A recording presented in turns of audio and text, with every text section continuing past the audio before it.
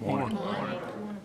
I'd like to call our Nash County Board of Commissioners meeting to order at this time for April the 4th. It is customary for us to begin each one of our meetings with a prayer by a sitting commissioner. During this time, you're welcome to stand and join us in the prayer. You're welcome to use it for the time for your own prayer or a moment of silence, whichever you so choose. And after the prayer, we will have pledge allegiance to the flag that Commissioner Outlaw will lead us in, and certainly ask you to join us on that. And at this time, I'd like to call on Commissioner Sue Leggett for the invocation. Thank you.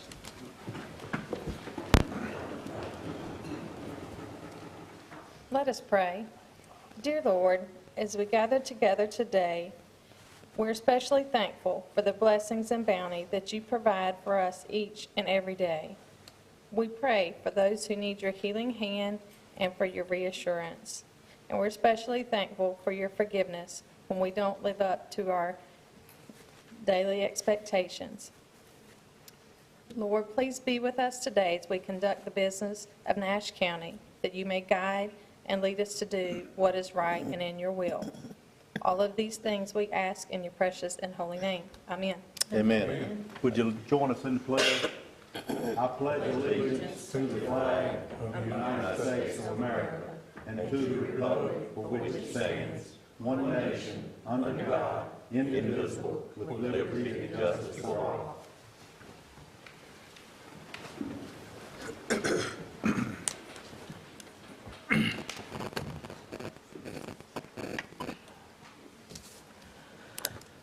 Thank you, Commissioners.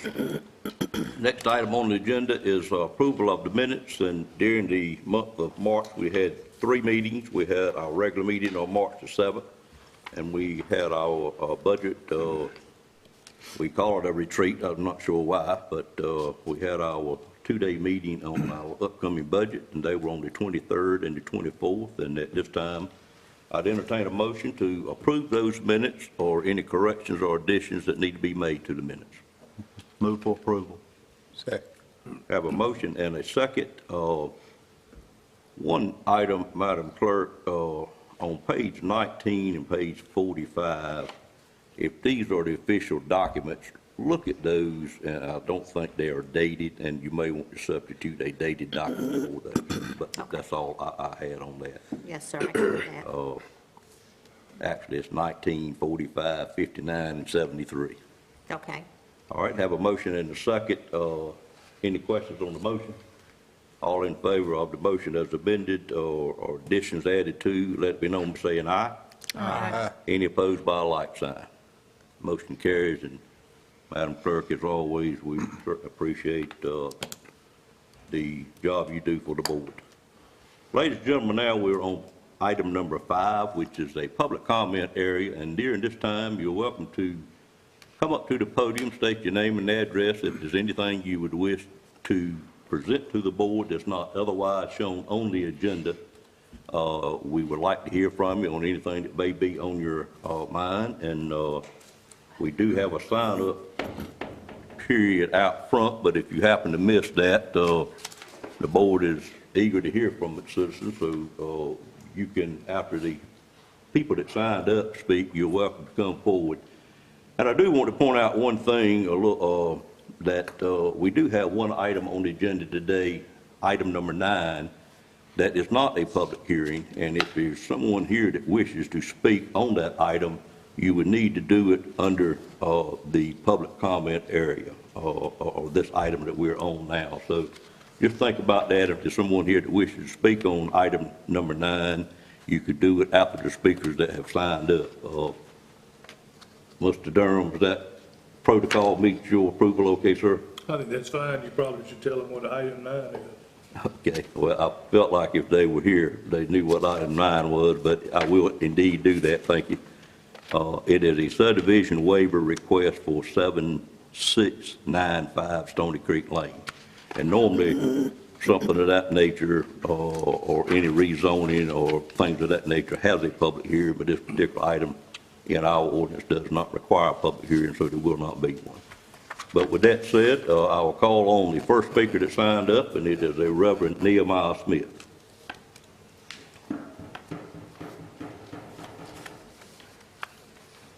Good morning, sir. Good morning, Commissioners. My name is Nehemiah Smith, Jr. I live at 1620 East Virginia Street, Rocky Mount, North Carolina. That is in Edgecombe County. However, I work in Nash County, and I own property in Nash County. I wanted to talk this morning, first of all, to invite you to a community meeting that we're having called Demerger. They don't care about our children. It will be held on the 18th, Monday, April the 18th, at the OIC Auditorium at 6 p.m., beginning at 6 p.m. We will have a number of speakers there, but it's there for informational purposes to help our community to better understand what is meant by demerger. Now, demerger, what is being proposed is not demerger. I'm an old English teacher, so just bear with me if you will. Demerger means that something has been put together, and when you separate it, that you're going to separate that thing into its original parts. What is being proposed is not demerger, it's separation. Separation means you can separate it along whatever lines. When we look at demerger, especially when it deals with our children, the rumor that is going around the neighborhood and we want to dispel is that this Board of Commissioners would refuse to, even if presented to them plans for a new school in Edgecombe County, would refuse to put money towards building a new school for students in Edgecombe County. And in that, we have almost $11 million plus of deferred maintenance on those schools. It would be, it's baffling to why you would not want to build a new school for those students that are in Edgecombe County. But if that is true, then of course the title for our forum would apply to this board, that you don't care about our children. So we're inviting you to come to be a part of this conversation that we're having with the people in our community. Don't let the they be you. So we look forward to the 18th. We look forward to seeing each and every one of you there. And we will be not only inviting you, but the members of the Nash School Board, Edgecombe School Board, as well as the Edgecombe County Commissioners. Thank you for your time. Thank you, Reverend Smith. Mr. Chairman. Mr. Chairman. Ma'am, I do hear you. It is customary for us to not address a public speaker. I just had a question. Okay, go ahead with your question, ma'am. I wanted to know the time of that meeting. That's certainly, I apologize, that's certainly a valid question, 6 o'clock. Thank you, Reverend Smith.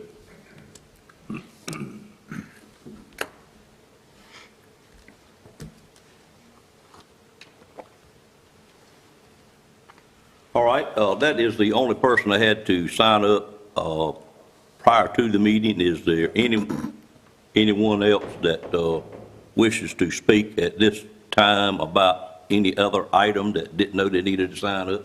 Yes, ma'am. Yes, ma'am. Y'all come up one at a time to the podium, and we'll be glad to hear from you.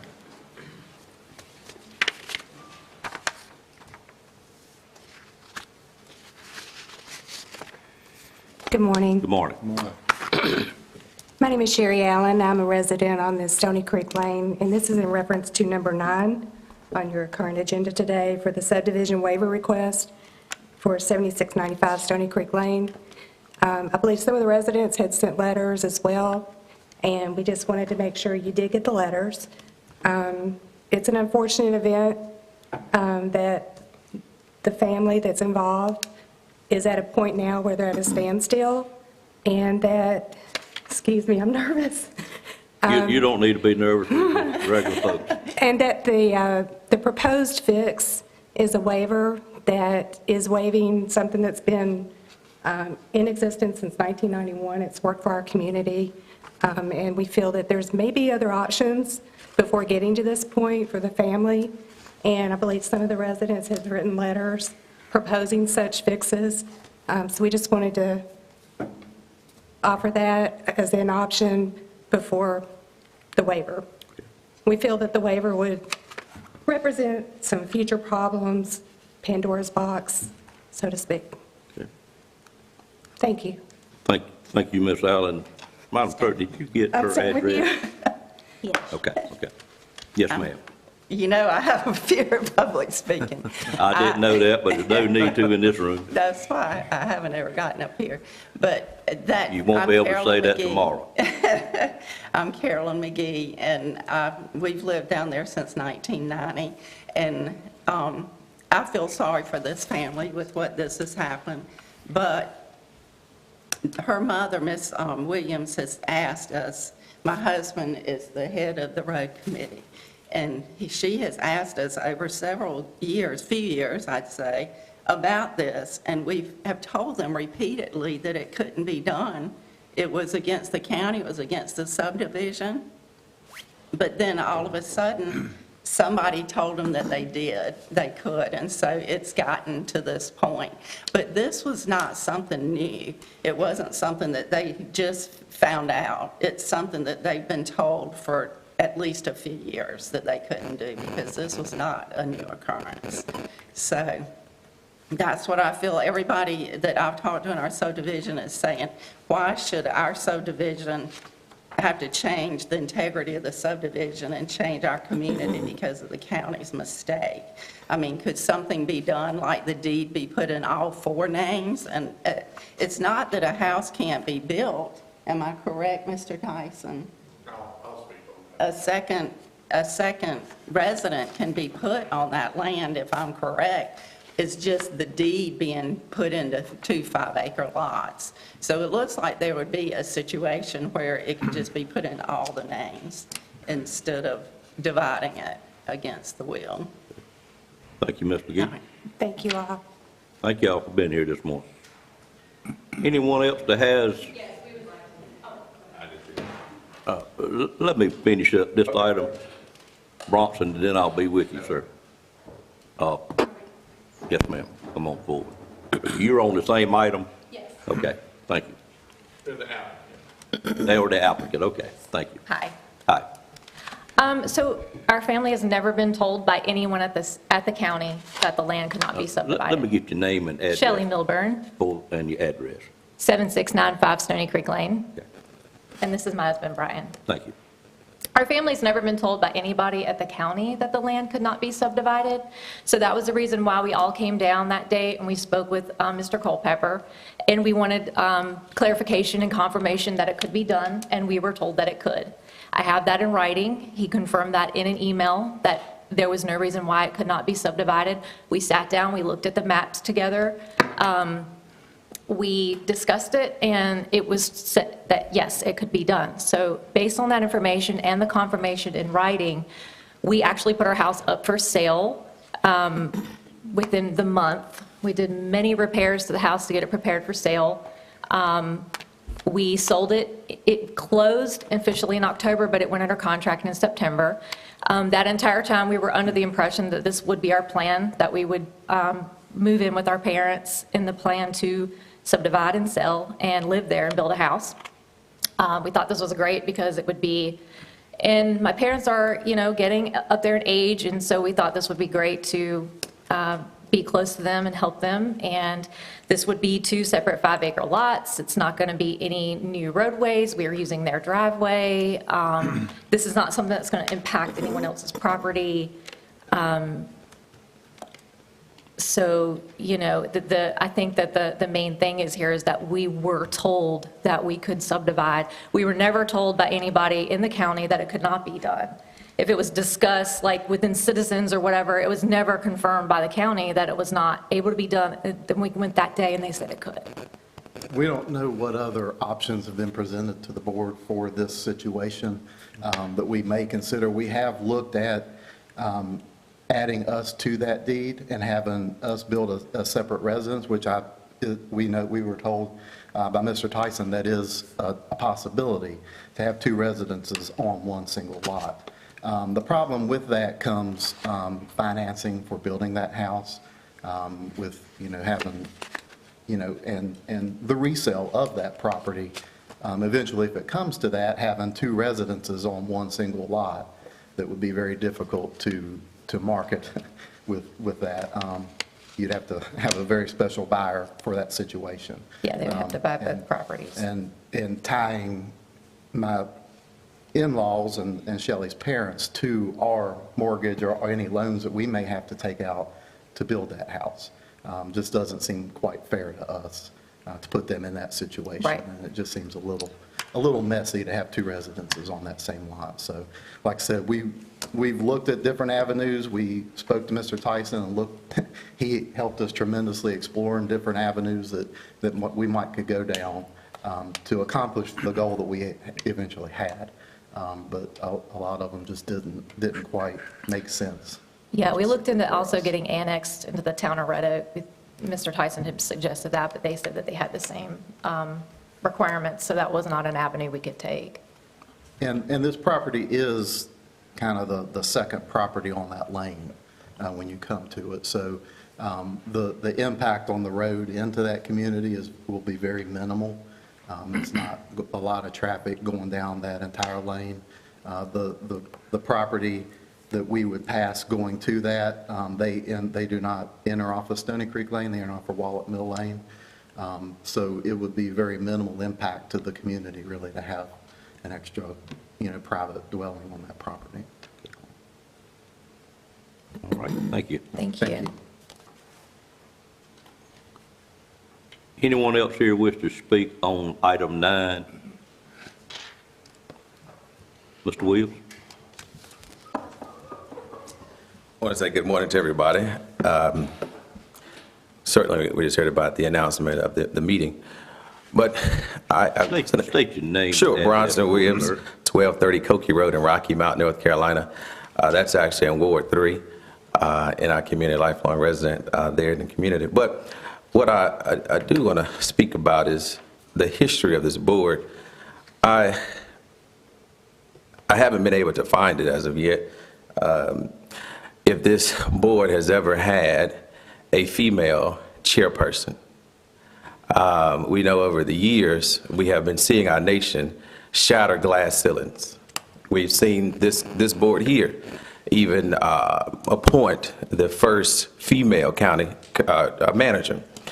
So we do know there are 2 females on this board today, and I think this board has had a few years of having histories of a female, at least on the board, from my most recent experience. But I've never seen a female chair, and I'm going to ask the same of Edgecombe County Commission tonight, that when we see young women in our community, I have a daycare center, we want them to see a reflection of themselves too, that they are too in leadership. I just left a leadership summit in Charlotte, North Carolina with Bishop T.D. Jakes, and how women in our country has always had a hard time mustering up the same level of pay, the same level of respect, with having the unique ability to do that. I think we'll be setting a great example, as you've demonstrated through the fine selection of our county manager, that when you decide to appoint or vote on the next chairperson, no disrespect to Chairman Davis, certainly I think you're a fine person to talk and share comments often, but what type of image would we be setting for our community if we took a bold step of doing something that perhaps this county has never done before? And if they have, great. But if they haven't, I think in 2022, 2023, or the years to come, that we do something that we've never done. We get uncomfortable, because in our discomfort is when the best starts to shine. Thank you so much for your time. Thank you, Mr. Williams, and I appreciate your comments and take them respectfully. You might also note that me being chairman is the first time we've ever had a Republican chairman as well, sir, for the record. Not that that matters a lot for this board, because we don't work along partisan politics. Anyone else wish to speak? All right, if no one else wishes to speak, we'll move on to item number 6, which is a sheriff's office donation of a Bloodhound K9. And I'll call on our Major Eddie Moore. You must have got back in the early hours of the morning, sir. It was late last night, yes, sir. Okay. Traffic was terrible. Well, did y'all drive down? Yes, sir. You did? Well, you must have done something right while you were down there, and if you would announce why you were down there, that would be nice as well while you had the podium. Yes, sir, and obviously we'll have more information coming, but our agency attended a CALEA Commission review this weekend in Orlando, Florida, where we became one of only 10 sheriff's offices in the state of North Carolina that's CALEA accredited.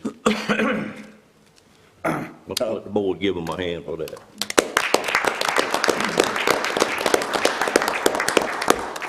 What I'm here before you today for is pretty straightforward. We have one of our bloodhound canines that was donated to us back in 2017 as a puppy. We've trained the dog up, and for whatever reason, dogs are like people. They have different temperaments, and the dog has become increasingly aggressive over the course of time, so much so that he's gotten to the point where we really can't handle him. Obviously, we do a lot of public relations events with our canines and things like that, and so it's become an issue.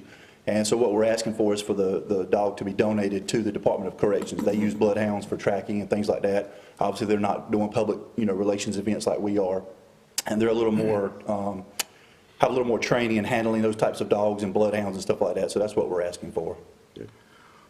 Any questions from the board on this item? I mean, they do, the correction department, can they do anything different than you all are doing? Well, they've got a little more experience with bloodhounds. Typically most of our canines that we use for the patrols are either like the German Shepherds or the Belgian Malinois. And for those dogs, for lack of better words, you want a little bit of aggression with them for certain things that they do, because they're trained to bite and apprehend, suspects and things like that. These dogs are not. They're trained specifically for tracking. The bloodhounds are. So, you don't want to take the chance of, if you're tracking a lost child or something like that, that they would, bite, or obviously if we're doing PR events or things like that. So they have a little more expertise in handling bloodhounds than what we do. And like I said, this dog was donated to us in 2017. It was the first bloodhound that we'd had. So we don't have as much experience with those types of dogs as we do like with the other dogs. Yeah, bloodhounds are very aggressive, and you never know when they may make an attack. Yeah, we've worked with this dog and tried to correct those issues, and it's got to the point where we're not going to be able to do anything with him. Other questions? And they're willing to accept? Yes, sir. Okay. Ms. Leggett? When we give up this dog, will another dog need to be purchased, or? Right, at this time, not right now. Okay. Yeah. Ms. Wilkins? Major Moore, is the handler the one who actually handles the dog? I take it he's in agreement with this? Yes, sir. And our handler, too, just kind of, reiterate the point, our handler is actually an experienced dog guy. I mean, he trains, duck dogs and things like that. So he's got a lot of experience with dogs. And for him to say that the dog's got to the point where we can't do anything with him, that says a lot. Thank you. Other questions, comments? Entertain a motion for approval. So, Moved by Commissioner Wilkins, second by Commissioner Leggett, or whichever way Madam Clerk wish to record it, that we're at the same time. Any questions on the motion? All in favor of the motion, let it be known by saying aye. Aye. Any opposed by a like sign. Motion carries. Thank you, Major Mr. Moore. Chairman, Congratulations. Yes, sir. Before the major steps down, for the benefit of the public, I think I have a pretty good idea, and I'm sure this board does. Could you just tell us what CALEA certification means? In my mind, it means that you're one of the 10 best departments in the state of North Carolina. Yes, sir. So what CALEA is, real quickly, is an international organization, and they set standards for law enforcement agencies. And we had 180 standards that we had to meet, which is everything from anything dealing with law enforcement, pursuits, use of force, recruitment, training, the list goes on and on. And they set these standards, and they say, to be the top of the best, your agency needs to meet all these standards. And that's what we've been working on for the last 3 years, is putting our policies and procedures in place to meet these standards. And not only do you have to have policies and procedures, but then you have to prove that you are meeting those standards as well.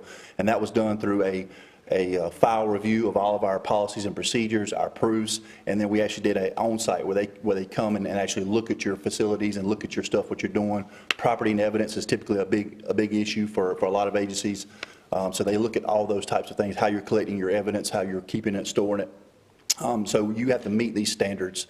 And once you reach CALEA accreditation, it's not, okay, we've reached it, we're done. It's an ongoing process. So they review your stuff on an annual basis, and then every 4 years we have an on-site visit where they come and make sure you're continuing to do what you need to do. So it's a direct reflection of your personnel and their ability to perform their function. Yes, sir. And what it does, I mean, like you said, there's only 10 sheriff's offices out of 100, obviously, in the state of North Carolina that are CALEA accredited. There are a lot of police agencies that are, or police departments that are CALEA accredited.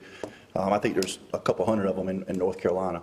But what it does, like I said, it puts us at the top. It helps not only the sheriff's office, it helps the county, because, if somebody were to come in and say, well, your officers are poorly trained in whatever use of force, we can show them, no, they're not. We have use of force training here, and here on an annual basis, those types of things. I think it's a great reflection on the sheriff's office and the county. Yes, sir. Thank you. One comment. That's a good, why don't you push this, that more county sheriff's offices, sheriff's departments work toward meeting those standards across the state? And I was just thinking as you were explaining it, that your association is very active, and I'll take that suggestion to get the sheriff, take that suggestion to the association.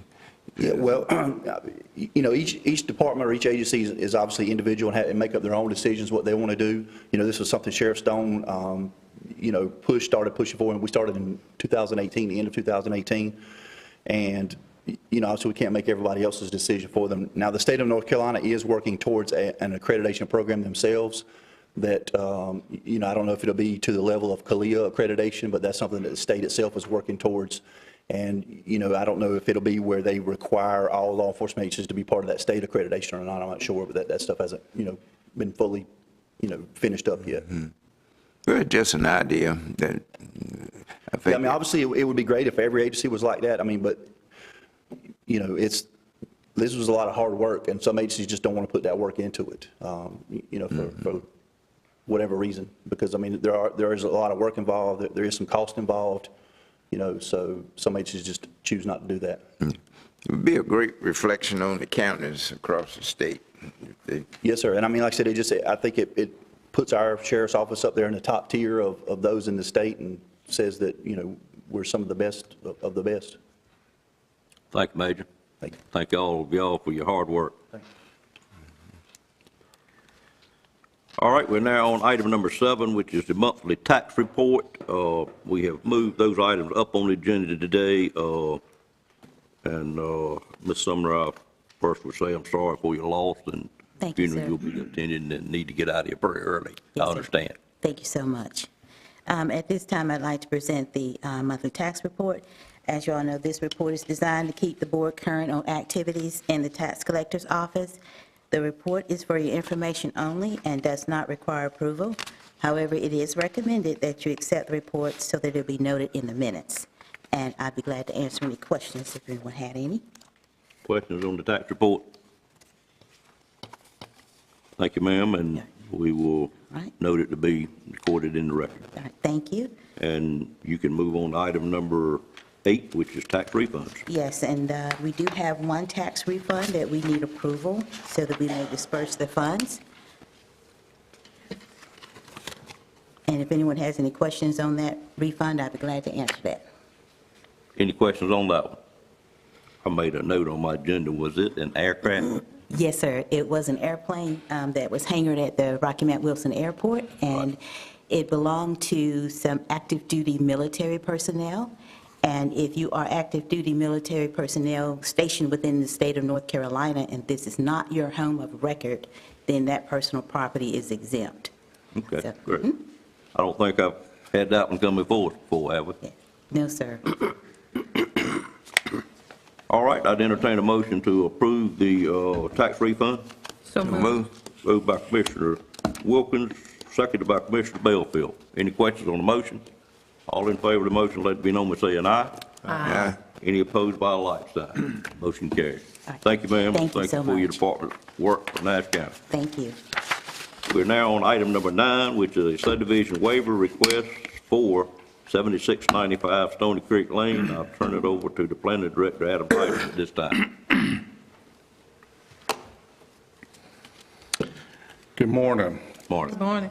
The fact that this item does not require a public hearing under our ordinance has resulted in a little bit of a disjointed presentation this morning, where you've heard the public comments without the benefit of the context of the staff report. So I hope to answer any questions and help you inform your decision this morning.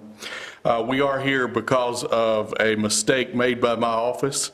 Although we are able to recognize that mistake, we don't have the power to necessarily resolve it without the intervention of this board. And so that's the purpose of this item this morning. Although we've made the mistake, the standard requirements of the ordinance stand unless they are waived by the board. Of course, we know that we have a big responsibility in our office to provide accurate and correct information because people are basing their financial decisions on the information and determinations that we make. And this has been an unfortunate situation for everybody. The subject property is highlighted in red on both the left and the right side of the screen. The left side of the screen is an aerial photo. The right side is the zoning map. It is a 10.01 acre lot known as Lot 14 of the Stony Creek Farms subdivision. All the lots that are immediately adjacent to Stony Creek Lane are the Stony Creek Farms subdivision. The lot in question is owned by Lloyd and Sabrina Williams. As you can see on the zoning map from the light green color, it is currently zoned A1 agricultural. And this is a unique subdivision because it is partially inside the town of Red Oaks municipal limits and partially in the county's zoning jurisdiction. So all of the gray lots are in the town of Red Oaks municipal limits. That also coincides with Commissioner Davis's district. And then the lots that are green are in the county's jurisdiction and are in Mr. Arrington's commissioner district. The lot has one single-family dwelling located where you see the address point here at 7695 Stony Creek Lane. This subdivision was established in 1991, and Stony Creek Lane is a 50-foot wide private access easement that provides access to each of the residential lots from Wallet Mill Road. Our ordinance limits the number of lots that can be served by a private access easement to 3 or less interior residential lots and no more than 4 lots total, including corner lots and remaining tracts. Well, if the ordinance limitation is 4 lots, how did we end up with 18 lots? To answer that, I would refer to the size of the lot. Each of these lots are greater than 10 acres in size, meaning that because of their large size, they're exempted by state statute from local subdivision regulations, whether that's the counties or the town of Red Oaks. And so these lots, because of their large size, did not have to meet the standard subdivision requirements of the county, and that's why you have so many that are served by an access easement. However, the creation of any lots that would be smaller than 10 acres would be subject to local subdivision regulations and would run up against that 4-lot limitation, which of course is already exceeded because there's 18 lots there. The subject property cannot be subdivided currently because of the status of that road as a private access easement. Now, there was some talk during the public comment about the fact that this lot is wide enough and large enough under the county's standards to place a second home if we could get around the need to subdivide.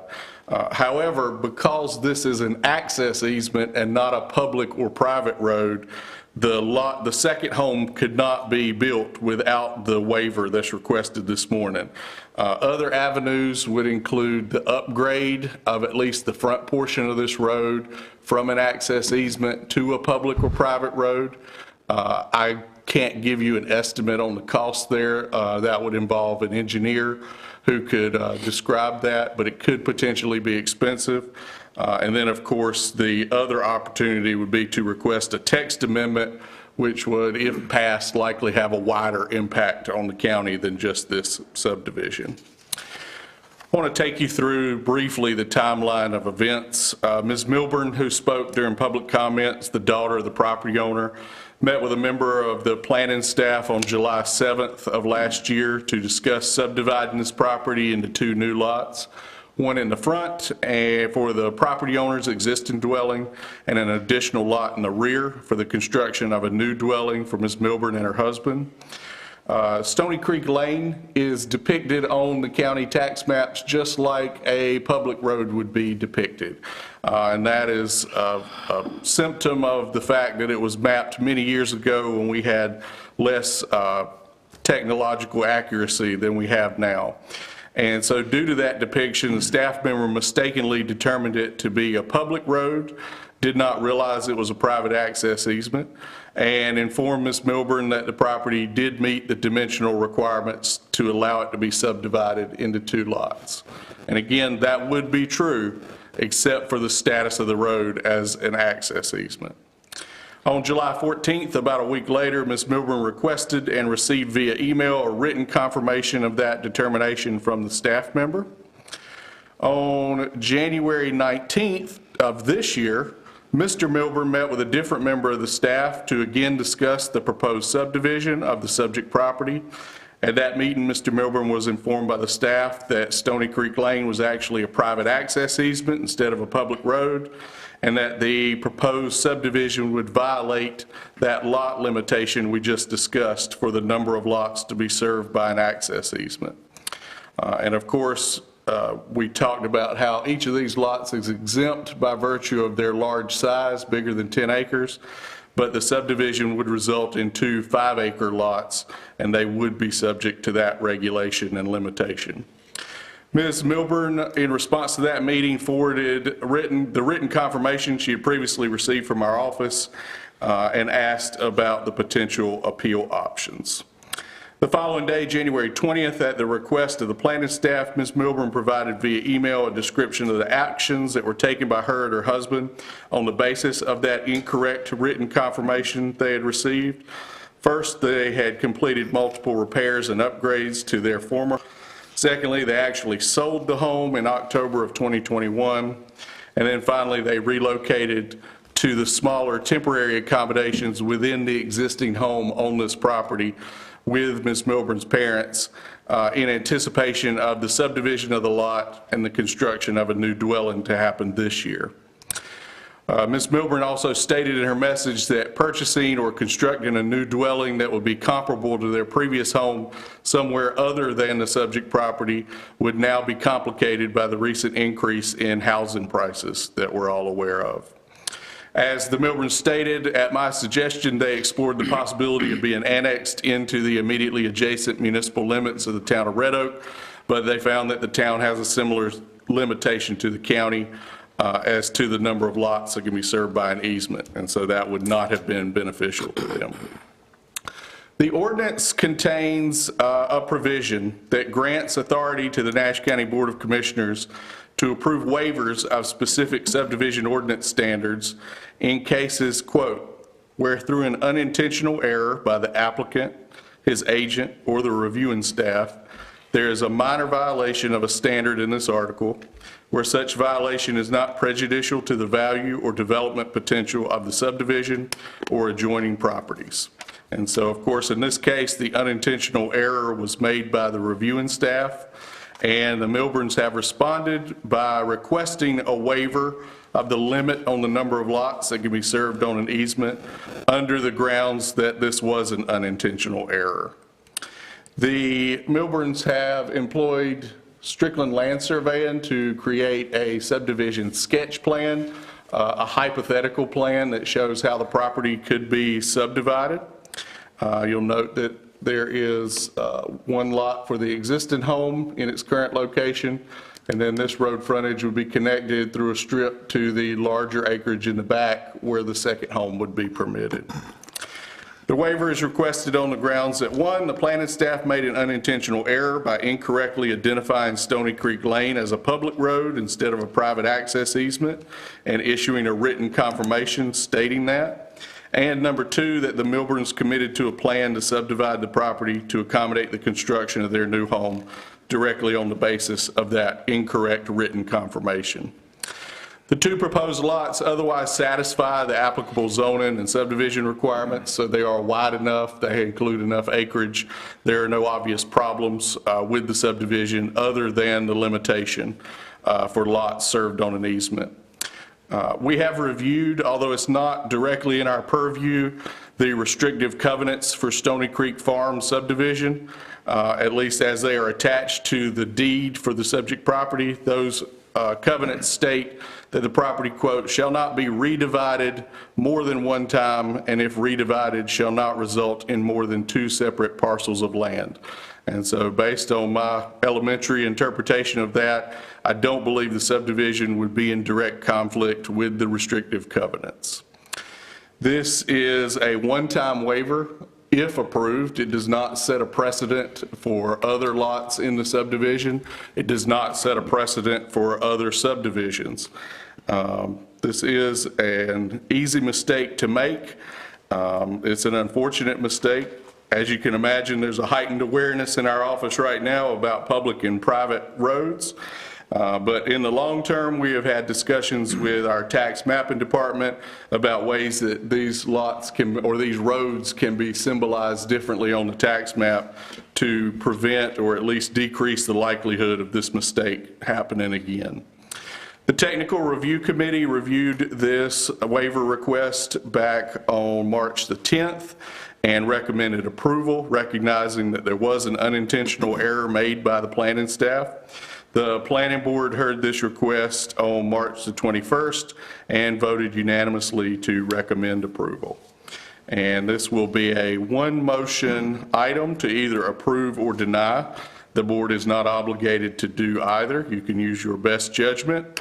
In the event that you do vote to approve, there's a list of conditions 1 through 8, which are simply directions for the land surveyor as to how to convert this into a final plat, if it is the will of the board to grant the waiver. And so with that, I apologize one more time. We are working to make sure that this doesn't happen again. But unfortunately, we do need the intervention of the board this morning to decide one way or the other.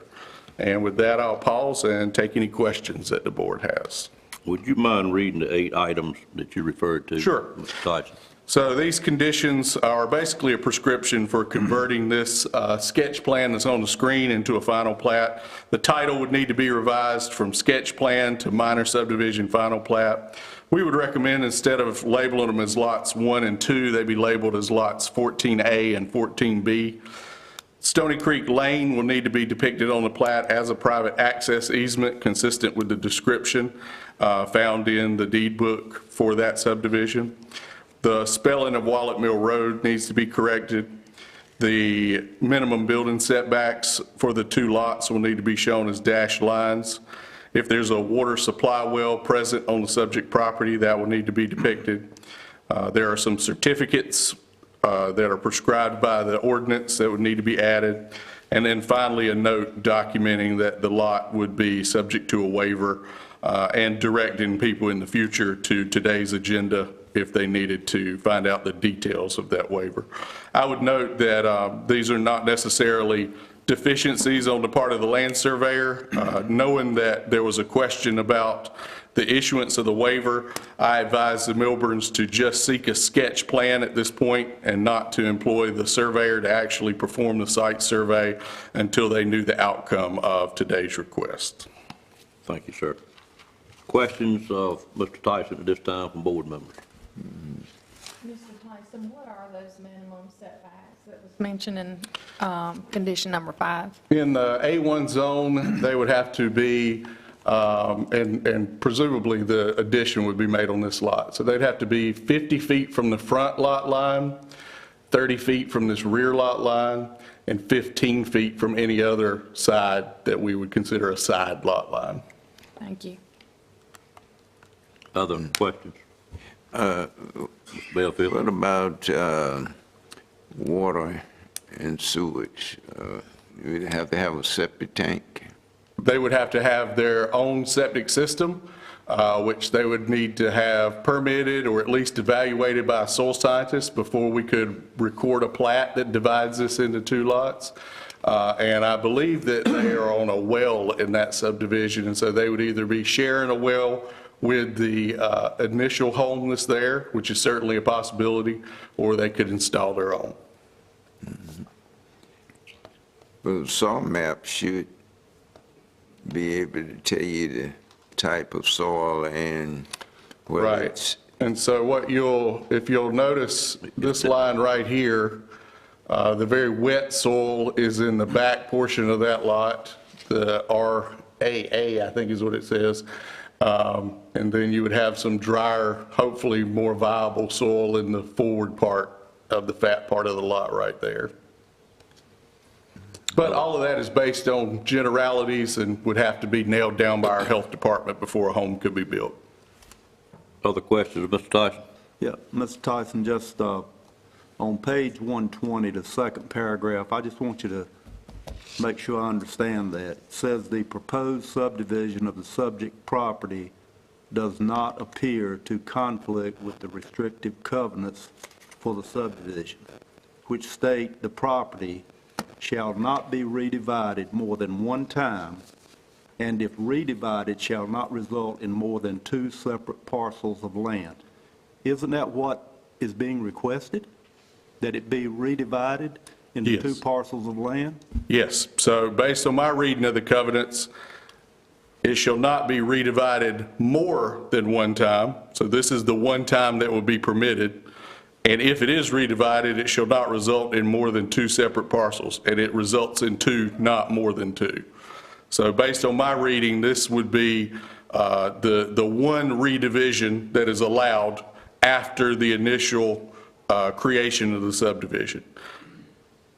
It shall not be redivided more than one time. This is the one time. Shall not result in more than 2 lots, and it would result in 2 lots. Thank you. So these other lots that have 2 addresses on them, have they been divided, or are they still just one tract of land? So I do note that the adjacent property has 2 address points, but I was not directly involved in that one. It would take me some more research to figure out. But if I could go back to the aerial photo. So the immediately adjacent lot here has 2 address points, and I'm not sure the circumstances that occurred, but it is not subdivided. They're just 2 homes or 2 address points on one lot.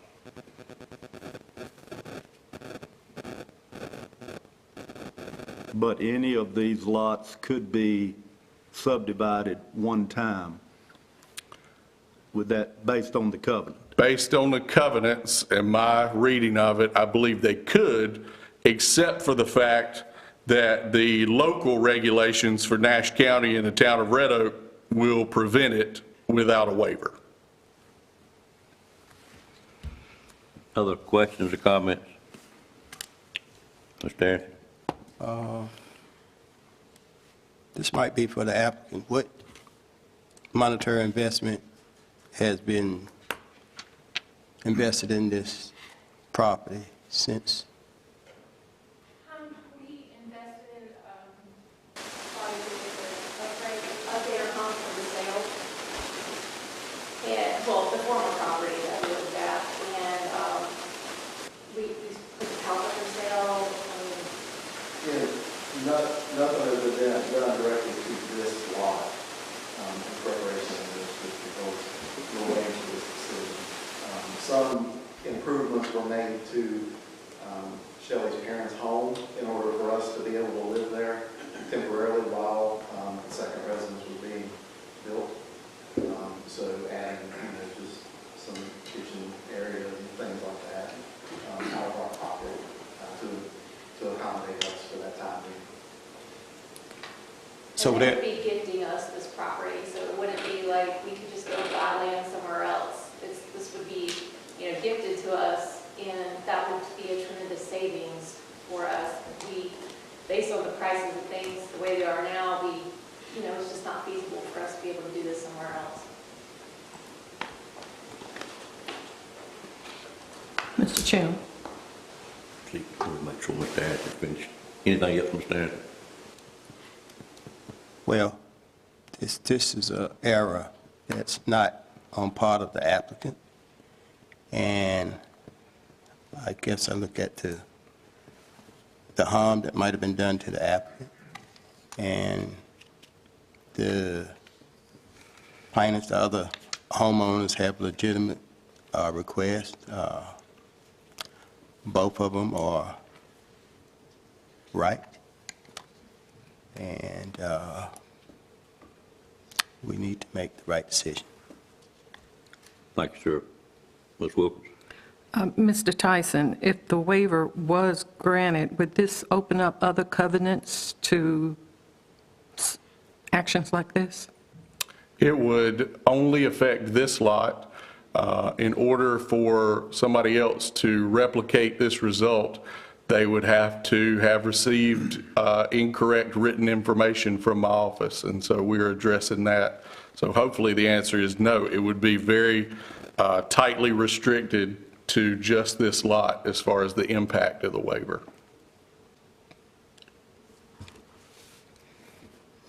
Other questions? I have a few, Mr. Tyson, if I may. You made the statement that Red Oak had similar ordinances that even if they were to get annexed into Red Oak, they still couldn't do it. But it appears like what we're really dealing with is a state regulation and not a local regulation anyway. Is that not correct? I don't believe that the state statute, the state statute makes any lot smaller than 10 acres subject to local review. But the individual jurisdiction, whether it's the county or the town, I believe under the state statute has the right to set the limit of the number of lots that can be there. So I'm not sure I agree with that assessment. The fact that we have to deal with the lot when it's smaller than 10 acres, yes, that's a state requirement. But the specific number of lots that we allow on an easement is an individual decision that the state allows the county or the town to make for itself. Let me ask the question differently then. Is there something in the Red Oak ordinance that would prevent this from being done in Red Oak, or is that based on the fact of what the state statute says? The information that I have about the Town of Red Oak ordinance was relayed to me from the applicants who spoke with Tracy Sharon, the town clerk, and was told that they have the same limitation on the number of lots served by an easement that the county does. And so both the county or the town would have the opportunity to consider a text amendment to change that limitation, but of course that would have a broader impact than just a waiver. Okay, all right.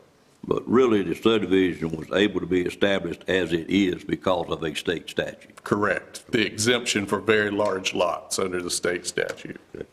You mentioned during your comments that a text amendment was considered. What would that text amendment be? The text amendment would, so the piece of ordinance that would need to be waived is the limitation to no more than 4 lots served on an access easement. In order for the text amendment to be effective, it would have to increase that significantly because of this situation. There's already 18 lots that are directly served by that access easement. So my initial thought is it would be a text amendment that would increase the limitation from 4 to at least 19, which would have a dramatic effect on subdivisions that are created on access easements. So we'd have to change it from 4 to at least 19. Right. Be a dramatic change. It would be. You made the statement, or when you read the out that you're using here today, it referred to as long as it doesn't devalue the property or something along that line. Correct. How do we determine, or how did staff determine that it didn't devalue it? And it seems like we got a conflict here this morning. Right. That some people think it will devalue it, but yet we're using that one item to move this potentially forward. So it reads, where such violation is not prejudicial to the value or development potential of the subdivision or the adjoining properties. And so I suppose we have 2 questions. One is whether the incorrect determination made by my office impacted the value of the lot in question, that would be the subdivision, or whether the approval of the waiver would impact the adjoining properties. And to be completely honest, I'm not sure that there is a way to effectively address that without having either a real estate professional or a land appraiser weigh in on this request. And I agree with your statement, sir. you said numerous times, and I apologize, but this was a tough one, and. Sure. We all know that on the board, and I apologize for asking you so many questions, but I feel like,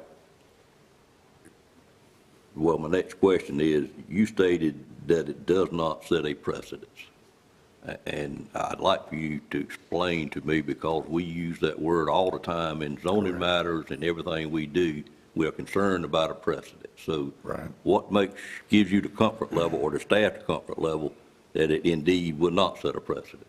Well, it is not a policy change. It is a recognition of a staff mistake.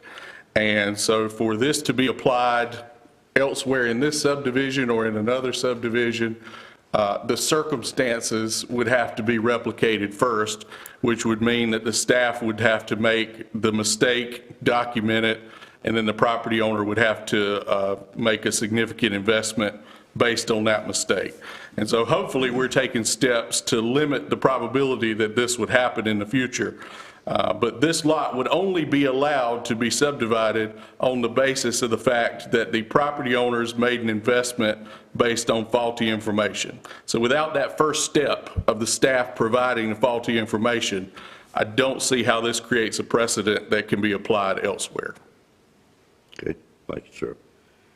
When it went to the planning board and they approved it unanimously, was it any known opposition to it at that meeting? There was not, but I would also note that because this isn't a public hearing requirement, there was no notice that was sent out to the adjacent property owners. What made the people that are here today, or the ones in the subdivision, I believe at the point that it came to, when it came to this board, that's different than the planning board? Right. I received an inquiry from a member of the subdivision that was aware of this family's plans and was inquiring about the legality of it. But it was in between the two meetings? Correct. Yeah. All right. Do you think, I mean, we're going to have a winner today, or we're going to have 17 losers today, potentially, or at least 4 that I personally have heard from. Do you think if the board were to table this item, is there more work that could be done, coordinated by your staff, to try to find something where all parties could live with the decision? And I do know I'm putting you on the spot. Right. I believe we have, in the hopes of preventing today's meeting and the awkward situation we're putting the board in, I think we have exhausted all options. We made a pretty big effort to try to find any solution that would avoid this agenda item today. And so I don't see another way that further time or further research would show us. Well, my thinking on that is, you know, it appears like the staff made a decision based on no opposition. Appears like the planning board made it, the staff, a decision with no opposition. And then it gets here and it indeed is opposition. So you only had one party to work with up to this point, it appears like. Right. Now knowing what both sides are, does your answer stay the same? My answer on behalf of the staff stays the same. I suppose that you could, as a board, refer this back to the planning board, but the planning board is not obligated to hear from the public, and so it would be up to the chairman, of course, to entertain the opposing viewpoints if they were to rehear this. And I think that the chairman would be willing to do that, but I don't want to speak for him when we have not had that conversation. But that would be one option, would be to refer it back to the planning board if the concern is that the planning board did not hear the opposing point of view. Well, I, as one commissioner, have a sincere concern about that. Back to if you could pull the map back up that shows what's in Red Oak, which is my district, and what's in Mr. Arrington, which is not. What makes that map so irregular shape? It looks awful odd to me. And I know your answer is going to be that's what town of Red Oak annexed, but why was it annexed in such a manner as that? I believe, my understanding has always been that the annexation for Red Oak, particularly on the extreme edges, was voluntary. And so I assume that this is a representation of the members of the subdivision that either were or were not interested in being annexed at the time that the town made the expansion. Okay. That in itself makes it difficult for both entities, I would think. Correct.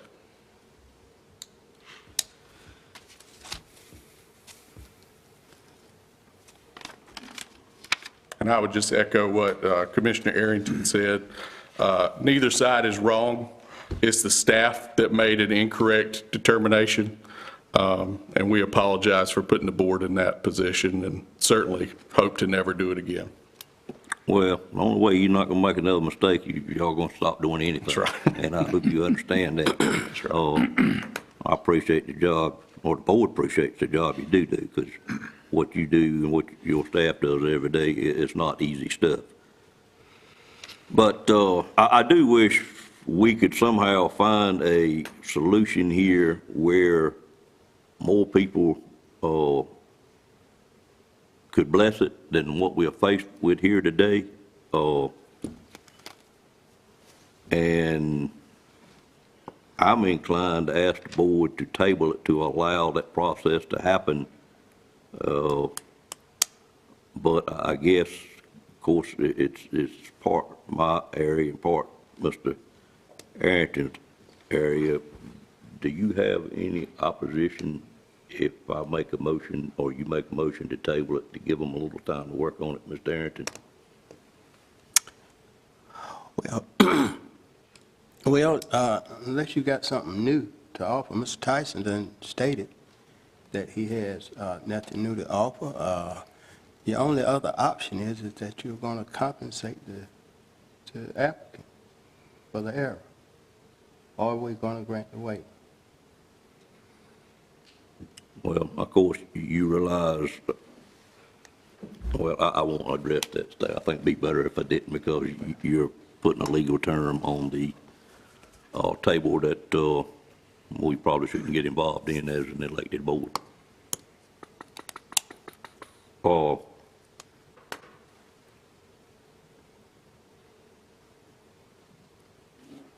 Mr. Chairman, I think the concern of the whole board is, and my main concern here is, after it's all said and done, no matter which way we do this, you've all got to be neighbors, and that's very important.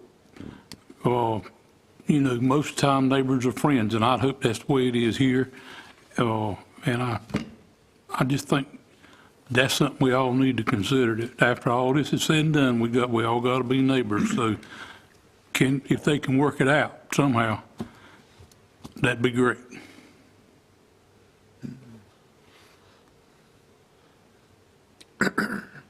Okay, well, as Mr. chair, Chairman, Mr. Belfield, excuse me, sir. I think we ought just go and make a decision now, one way or the other, up or down. Yes, I agree. Well, to satisfy myself, what I've got to do is call for a motion.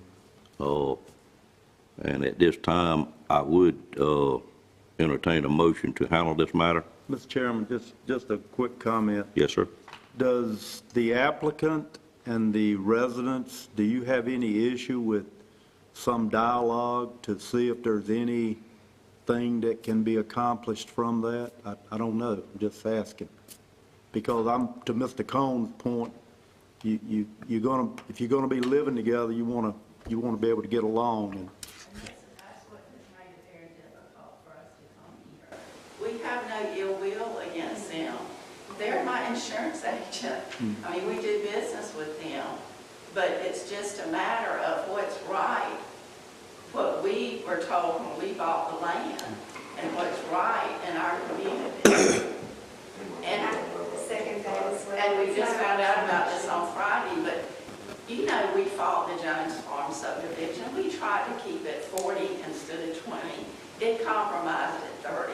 But the day I went home, I said, you know what, Chuck, I have cussed living on a dirt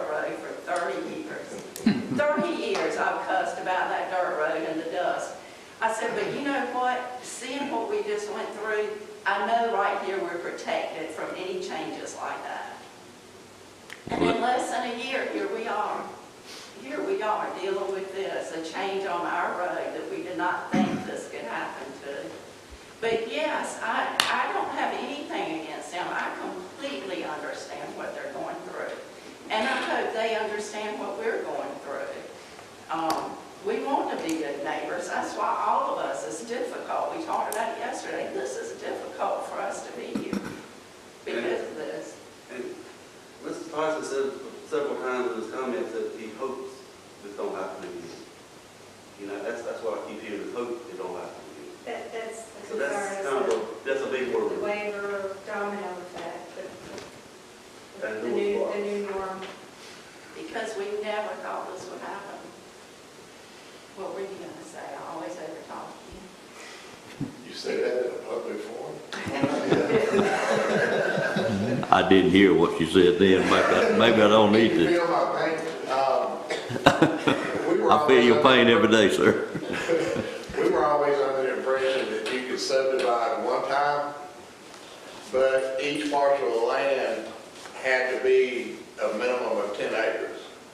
In other words, if you had 10 acres, you couldn't divide it and have 2 5s. But if you had 50 acres, you could divide it one time as long as each section remained 10 acres.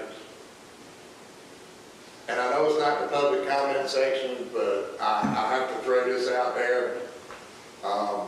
Ms. Williams' mother has approached me numerous times over the years about subdividing this lot, and I had informed her against the neighborhood ordinances stated you could divide one time as long as each parcel of land remained 10 acres. Now, I understand that's not what's in the deed book, but that was what we understood, and that's what everybody else here understands.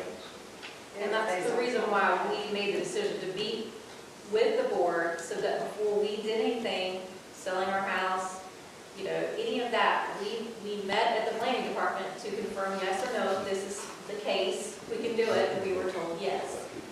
Rather than just taking A word of, you know, whether you trust somebody or not, you still want the the legal, word from the planning department. the legal confirmation of what has said in the covenants. Could the planning office have gone back to the applicant when the mistake was discovered and said, I'm sorry, we made a mistake, you cannot do what you're requesting to do? We did, and then they inquired about their appeal options. And as I stated, there is one for unintentional error. Mr. Tyson, how much time transpired between the time the error was discovered and the applicant was notified? The error was discovered in a meeting with the applicant, so it was instantaneous.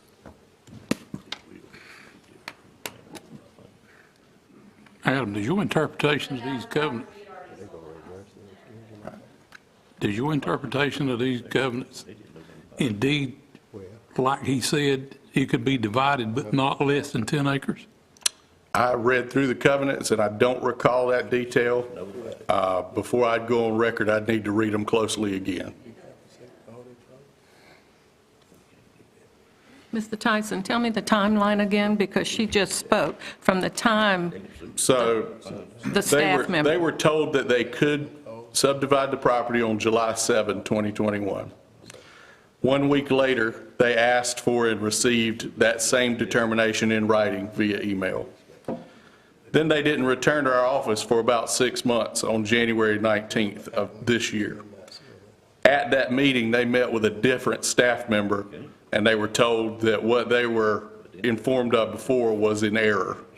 And at that point, they asked about their appeal options, and that's how we ended up here. And so you had, Ms. Milburn, you all had sold your house within that 6 months? Yes, ma'am, we listed it in August, which was a few weeks after the meeting, and it sold in October. Get your win.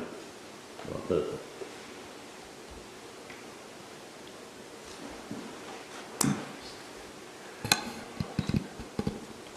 All right. Chairman, this is what, Adam, is there any way you can put the setbacks on that map?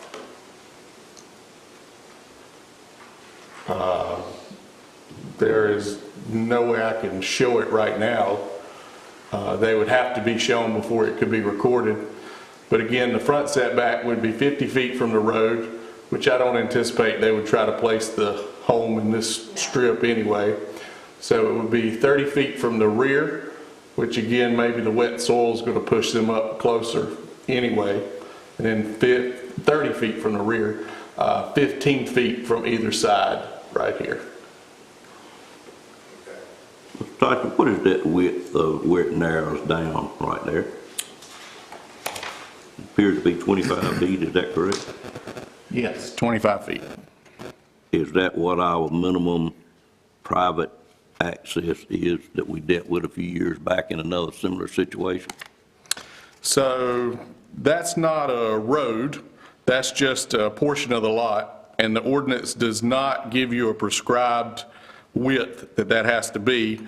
I would never recommend that it be less than what you could comfortably fit a vehicle down, just because it's going to have to house a driveway. But the UDO does not comment on what that width between the foot, if you will, at the road and the main part of the lot. There's no specific standard for what that width has to be.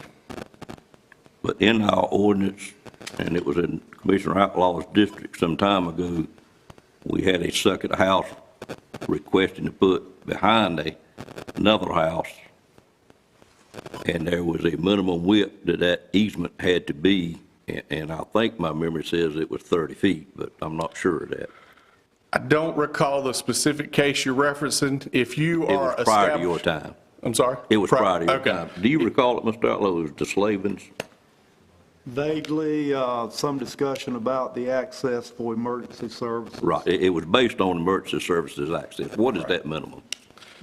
If you were establishing an easement today, under today's rules, the easement on paper has to be 45 feet wide, and we require you to clear a 20-foot wide strip within that 45 for emergency vehicle access. That's what it was. Yeah. Okay. So you require 45. Or an easement that serves multiple lots, and 20-foot cleared space within that for emergency access. In this case, this isn't a roadway, it's an actual piece of the contiguous lot. But in the other one, what I'm saying was, it was a situation, they were gonna put one house behind another house only on one lot, and we required them to put 45 feet easement to the second house. Okay. So, but that really doesn't have anything to do here, other than we are conflicting, again, what we did in that particular situation. All right, we've spent quite a bit of time on this. What's the pleasure of the board? Mr. Chairman, Mr. Arrington. may I make a motion that the board approve the waiver request? I have a motion to approve the waivers. There's a second to that motion. Second. And a second. Any questions on the motion? Would that be subject to the 8 listed conditions? Yes, Mr. Arrington? Yes, sir. Yes. Mr. Belfield? Your What's second? Was your second contingent upon the 8 conditions? Yes, following those 8. Yeah, oh, yes. Mr. Tyson, a question before we vote. Should we add another condition, or can we add another condition which seems to be of interest, if it is approved, that the house would be built at the rear, or should we stay away from that? The UDO permits the board to attach what it calls reasonable conditions to the issuance of the subdivision waiver to ensure that the purposes of the waived requirements are met to the extent possible. So I would say that probably is within the board's power. And certainly the applicants have expressed, I believe this morning, their intent to do what you're describing. So I'm not sure they would have an objection. Any interest on the board to add in that one? I think that's a reasonable addition. I think that's what they're planning to do. And that from would what be I've heard. that would be to ensure the construction of the home is to the right of this narrow portion. So in the the large rear portion of the lot, correct? Yes. We could easily add that as condition number 9. Is that acceptable to the motion maker? Yes, yeah, you can add. Second. Okay, I'm fine. All right, we have a motion and a second. Any more questions on the motion? Seeing none, I'd like to have a show of hands of who approves the motion. Any opposed?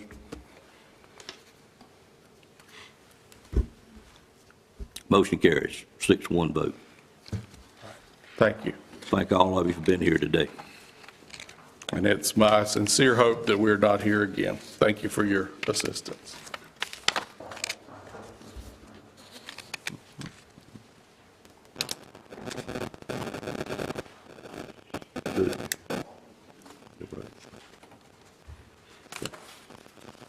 All right, with that, we will move on to item number 10, which is a resolution authorizing an AIA grant application, and I'll call on Mr. Boone at this time to make this presentation.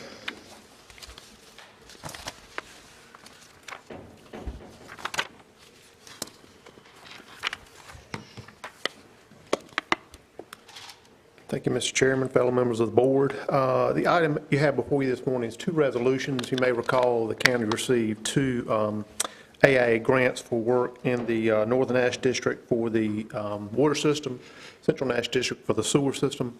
The 2 grant applications, or excuse me, the 2 resolutions you have before you this morning is to authorize staff to submit 2 additional grant applications to the North Carolina Department of Environmental Quality for work. Also in the Northern Nash system, this time would be for the sewer system, not the water system, and the Central Nash for the water system. And what this grant would allow us to do is to advance our efforts to map the existing system so that we have good mapping. We've already heard a reference to the need for accurate mapping, conveying good information this morning, and that would be the intent of this grant application, to assist us with our mapping efforts, to inventory the assets that we currently have in the utility system, and to plan for their maintenance in the years to come. We actually had submitted, you may recall, we submitted 4 grant applications previously in the previous round. Actually, all 4 were scored pretty closely, and if funds were available, all 4 would have been funded by the state. Because of the lack of funding, the state asked us to prioritize those requests, and they funded our 2 top priorities and encouraged us to reapply at a future grant submission. So that is what these 2 resolutions will allow us to do. Any questions, Mr. Boone? Pleasure of the board. Move for approval? Have a motion to approve by Commissioner Leggett. Is there a second? Second. Second by Commissioner Combs and Commissioner Arrington. Any questions on the motion? All in favor of that motion, let it be known by saying aye. Aye. Any opposed by a like sign. Motion carries. Item number 11 is a resolution authorizing North Carolina NCDEQ grant application, sir. Mr. Boone. Department of Environmental Quality. So similar to the previous 2 resolutions, you have 8 resolutions in your agenda packet. This is in conjunction with grant funding application that the state has made available. The state also received federal dollars through the American Rescue Plan Act. They have indicated that they intend to entertain 2 grant submission requests. First round is in May, second round is in September. These grants would be available for a variety of potential water and sewer related projects. There's north of $650 million that the state will be awarding across the state. And we have identified 4 projects, although I mentioned we have 8 resolutions. That $650 million has been allocated in a number of different categories. At this point in time, we do not know if we will be eligible to apply for grant funds for distressed utilities. The state will be revisiting that issue this month, but until such time as they have made that determination, we do not know if we would qualify or not.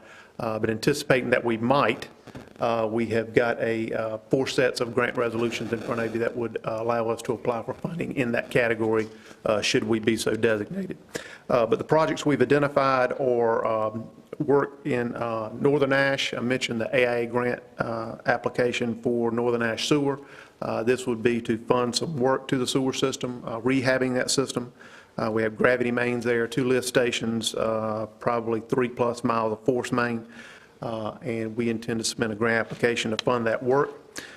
Central Nash, we're doing some work now, asset inventory and assessment grant mapping. We've done some smoke testing, and we intend to submit or propose to submit a grant application to fund work in that area. We also are considering a grant application to fund work for a portion of Phase 2 in Northern Nash to serve some of the areas that the state has prioritized, underserved areas, if you will, in certain census tracts. And then we also propose to submit a grant application to look at the development of sewer in the southern portion of the county. We have an agenda item coming up looking at a merger and regionalization feasibility study. And then this grant application would seek funds to implement one or more recommendations that would come out of that study. Maybe a little premature on that grant application, if we're not at a point that we feel like we could submit a grant application in May. Fully anticipate that we would recommend a grant application during the second round in September, but we'd like to potentially submit a application to get some indication from the state about how well that would score and what the likelihood of funding for some future project would be. So at this point, we're asking for the board to approve resolutions for all 4 of those projects. And again, one based on one set of funds that are available statewide, another set of resolutions that are available for utilities that we designate as distressed. Again, we hope to know this month if we would be eligible for that funding or not, but we're trying to keep all of our options open. But again, it's $650 million. Actually, the state appropriated $1.6 billion. A little more than half of that has already been allocated direct allocations. You may have heard about some allocations to the towns of Spring Hope and to Bailey. So about $800 million of that has already been allocated, and this is the balance of those funds. Questions of Mr. Boone? Entertain a motion for approval. So moved. Moved by Commissioner Wilkins, a second. Second. Second by Commissioner Leggett. Questions on the motion? All in favor of the motion, let it be known by saying aye. Aye. Any opposed by a like sign? Item 11 stands approved. We'll move to item 12, Mr. Boone, which is Nash County Detention Facility Addition and Renovation Change Order number 1, I guess? Yes, sir. This is our first one. This is one of the change orders you love to come to the board with. I wish this was always the case. It's always, unfortunately, not the case. This particular change order addresses 7 items that we've identified up to this point on the capital project at the detention facility. And the net result of those 7 items, and I believe you have itemization in your agenda packet, amounts to a net reduction in the contract of $93,521.07. Again, that encompasses 7 different items, the most significant of which are some items that were identified early on in the project. I would attribute those to value engineering the project that resulted in a reduction of almost $146,000. We had several other reductions, several increases, but again, the net result is a decrease in the contract amount at this juncture of the project, $93,521.07. We'd glad to answer any questions you have about any of those items. Any questions of Mr. Boone? Seeing none, entertain a motion for approval. So moved. Moved by Commissioner Wilkins, is there a second? Second. Second by Commissioner Combs. Questions on that motion? All in favor, let it be known by saying aye. Aye. Any opposed by a like sign? Change order number 1 stands approved, Mr. Boone. You can move to the next item, which is merger Tell you what, why don't you tell us what it is, sir? MRF. Merger Regionalization Feasibility Study. I struggle with it as well. I like MRF. So I mentioned in a previous grant round made available by the state, you may recall the board approved a resolution to apply for funding to fund a MRF study to look at the issue of sewer in the southern part of the county, working in conjunction with the town of Bailey and the town of Middlesex. We received notification, we received unofficial notification back in February, official notification about 2 weeks ago that the county had been awarded $50,000 to fund that study. We had worked in conjunction with the Wooten Company based on our relationship with them and the work they had done on behalf of the county with the Middlesex Corporate Center. They have drafted a scope of services for that study, and I have the contract in front of you today for your review and approval. And our intent would be to move as quickly as possible to schedule a kickoff meeting between the county and the towns of Bailey and Middlesex regarding this study, get underway as quickly as we can, hopefully to position us for a grant application in May, but certainly if not in May, then in September. But the Wooten Company would be assisting us with this study. They're familiar with many of the issues that we are aware of as it relates to sewer in this portion of the county, and feel like they're well positioned to help us with this project. Any questions, Mr. Boone, on this one? Seeing none, entertain a motion for approval. Motion to approve the request. Motion by Commissioner Combs, there a second? Second. Second by Commissioner Leggett. Any questions on that motion? All in favor of the motion, let it be known by saying aye. Aye. Any opposed by a like sign. Motion carries as well. Thanks, sir. Thank you, sir. I hope you get all of them approved. All right, we'll move now to item number 14, which is approval of a tax exempt loan for Momire Fire Department. Now, I'll call on Scott Rogers to this one. And Madam Clerk, could you check on Mr. Hill's arrival time for me? As you noticed, Mr. Rogers is sitting up front with us today. I think we all knew that prior to Stacy being selected to be our county manager, she had a long trip planned, and therefore she's out of the country for a couple of weeks. I think we all have come to learn over the years that apparently Mr. Rogers is our designated pinch hitter on our team, and numerous times has been appointed. I think this may be, I tried to count last night, maybe 4 or 5 times that he's been asked to fill in certain situations. How many do you keep up with, or do you know? I think it's 4. 4, You're okay, right. okay. Yes, sir. 4 is what I come up with, but I knew I probably missed one. But thank you for being willing to do that, and thank you for being here. Sure. So in a very similar fashion to last month, I come before you again with a tax exempt loan request, this time from the Momire Fire Department. Momire is purchasing a new truck and financing that through Southern Bank and requesting a tax exempt loan from them in the amount of $536,000. Of course, the tax exempt loan to receive that special rate does require through IRS code to be approved by this board, but in no way obligates the Board of Commissioners.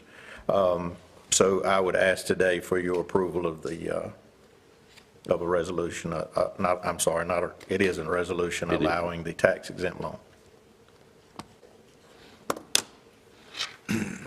Any questions on this item? I'd just make a comment. Sure. Appreciate your support on this. The Momire Volunteer Fire Department is replacing an over 20-year-old fire truck. So it would be a big day for them. And with that, I move for approval. All right, have a motion by Commissioner Leggett. Is there a second? Second. Second by Commissioner Arrington. Any questions on that motion? All in favor of the motion, let it be known by saying aye. Aye.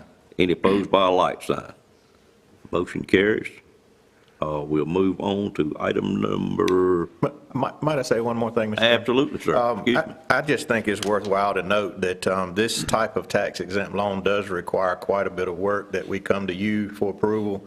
They also have to have a public hearing or advertisement at the fire department level. But it's worth the trouble because it does save a tremendous amount of interest rate points for the fire department. So we certainly appreciate you doing these for us. Thank you. It's just the statement that it in no way obligates us seems to be too good to be true, but Yes. we hadn't been called to participate in one of the loans, many loans we've approved over the years, so I hope we wouldn't ever get to that point. But as all the volunteer fire departments know, we realize what a bargain they are from this board, and we'll probably continue to approve them as they bring them up here. I'm sure proud of all of them. Thank you. Okay. All right, I'm going to skip number 15. I know Mr. Hill had another obligation this morning and told me he may be a little late getting here, so we'll move to item number 16, which is the budget amendments, and must be vacation week because we're missing a finance director, but we have a very notable person to fill in for her, and probably the one that puts the work together anyway. Good morning, Melanie. Thank you. Good morning. I have 7 budget amendments to put before you, but there was also an additional one laid from Economic Development in front of you this morning.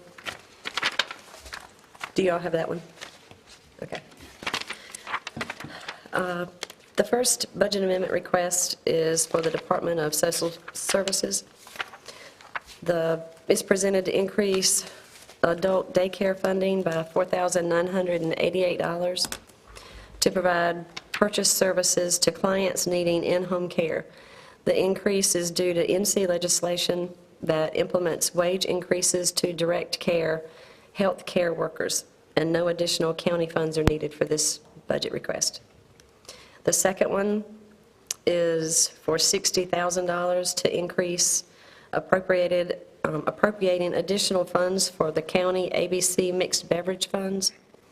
The request is an estimate based on the annualized collections to date in order to expend the funds as directed by General Statute 18B-805H through June 2022. No additional funds are requested for that one either. Legal services, we are asking for a $90,000 increase appropriation for additional funds for county legal services to cover through June 2022. The fourth request is for insurance proceeds for the Sheriff's Office. It is to budget $34,241 received for a Sheriff's Office vehicle identified as totaled. The totaled vehicle is a 2020 Dodge Durango. These funds will be used to purchase a replacement vehicle. The fifth budget amendment request is for $7,500. This is additional funds to accommodate conference registration and hotel deposit for NCACC and NACO annual conferences, and that is for the governing board. The sixth budget request is for Recreation Department.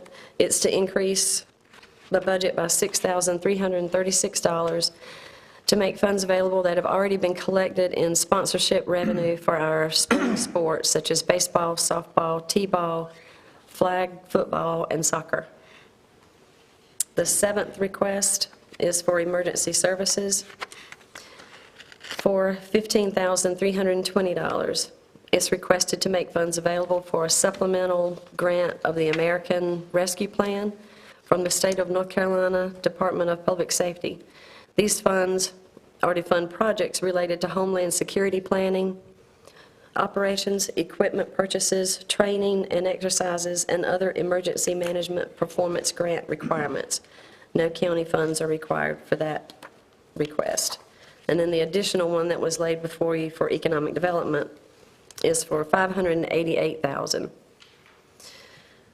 This amendment is presented to request an appropriation of $588,000 from the general fund balance to purchase economic development investment property, engineered design work for the completion of the Middlesex Corporate Parkway Road and property surveys. And that's all of them if you... All right, any questions on any of the amendments?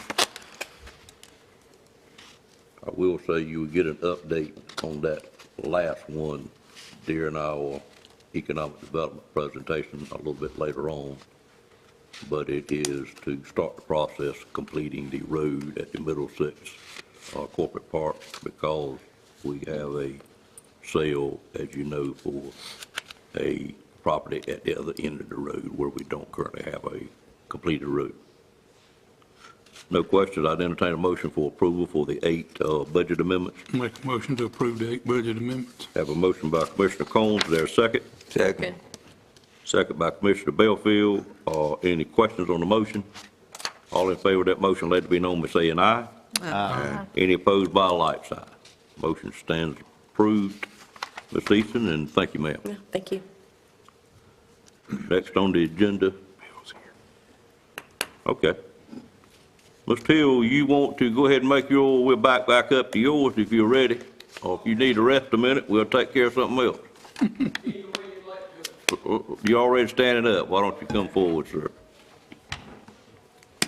This is back to item number 15, which is recognition of Public Health Week, which I saw the governor do sometime at the end of last week. Yes, this is National Public Health Week, and it's also recognized by the state, and we received a template, a resolution from the state that went to all the local health departments in the past couple of weeks, and they just felt like we should come before the commissioners and as a morale booster to the employees, the management staff, thought last week if I would present this to the commissioners and see if I could get your endorsement. And it reads like this. It's Public Health Week in the nation this particular week. It's I think you received it in your packet, but it's a Nash County Board of Commissioners resolution. Whereas the Nash County Board, or Nash County Public Health Workers, a critical component of our emergency response to natural and man-made disasters and widespread disease outbreaks in our county, including COVID-19.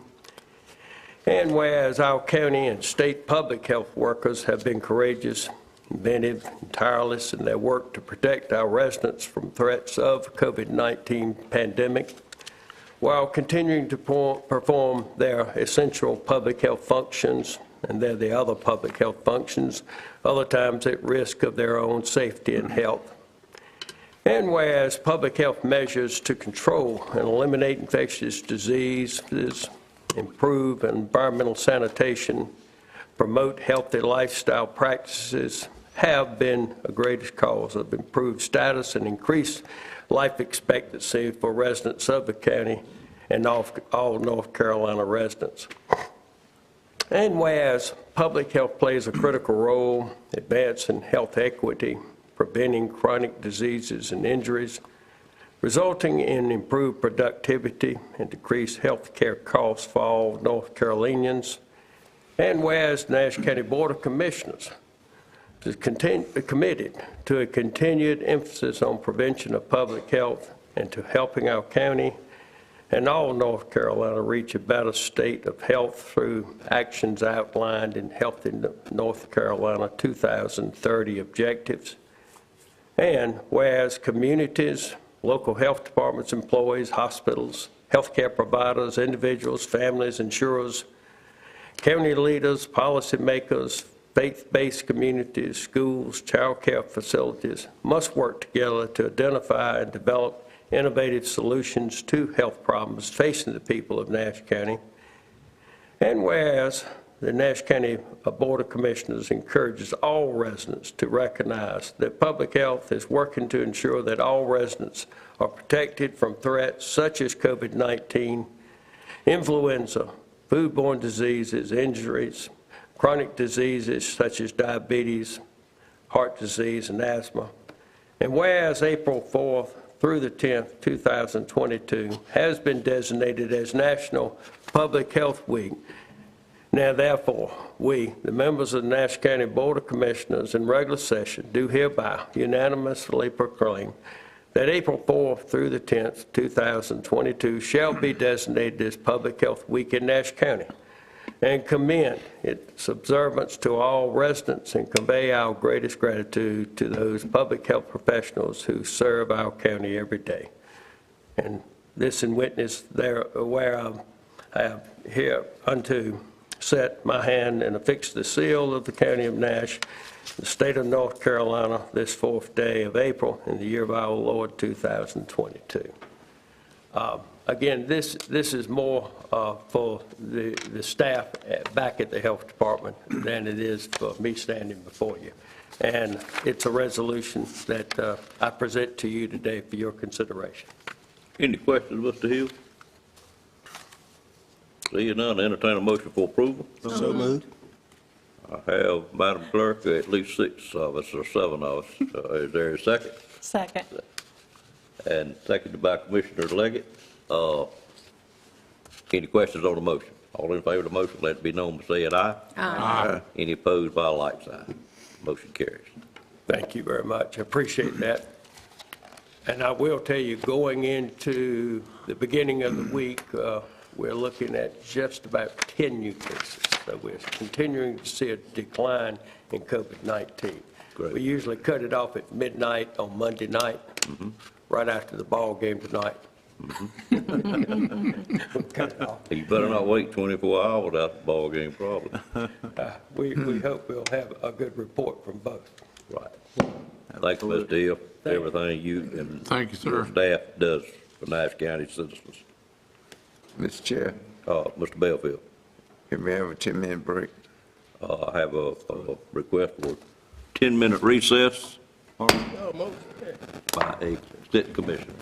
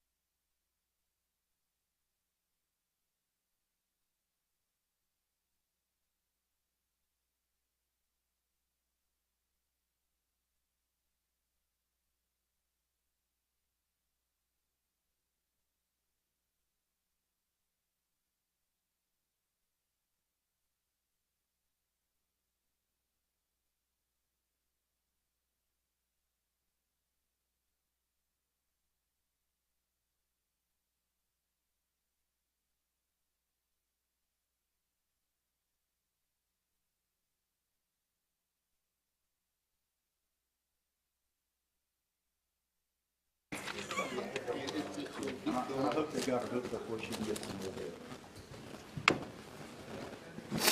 I went through that way too.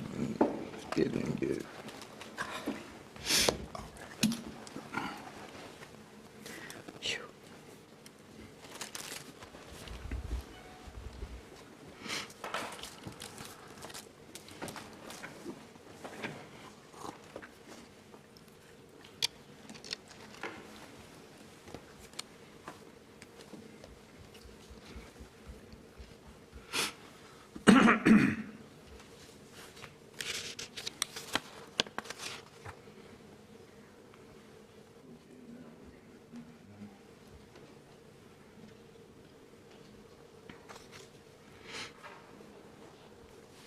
All right, I call us back to order at this time, and we will be starting on item number 17, which is board appointments, and I'll turn it over to Scott Rogers.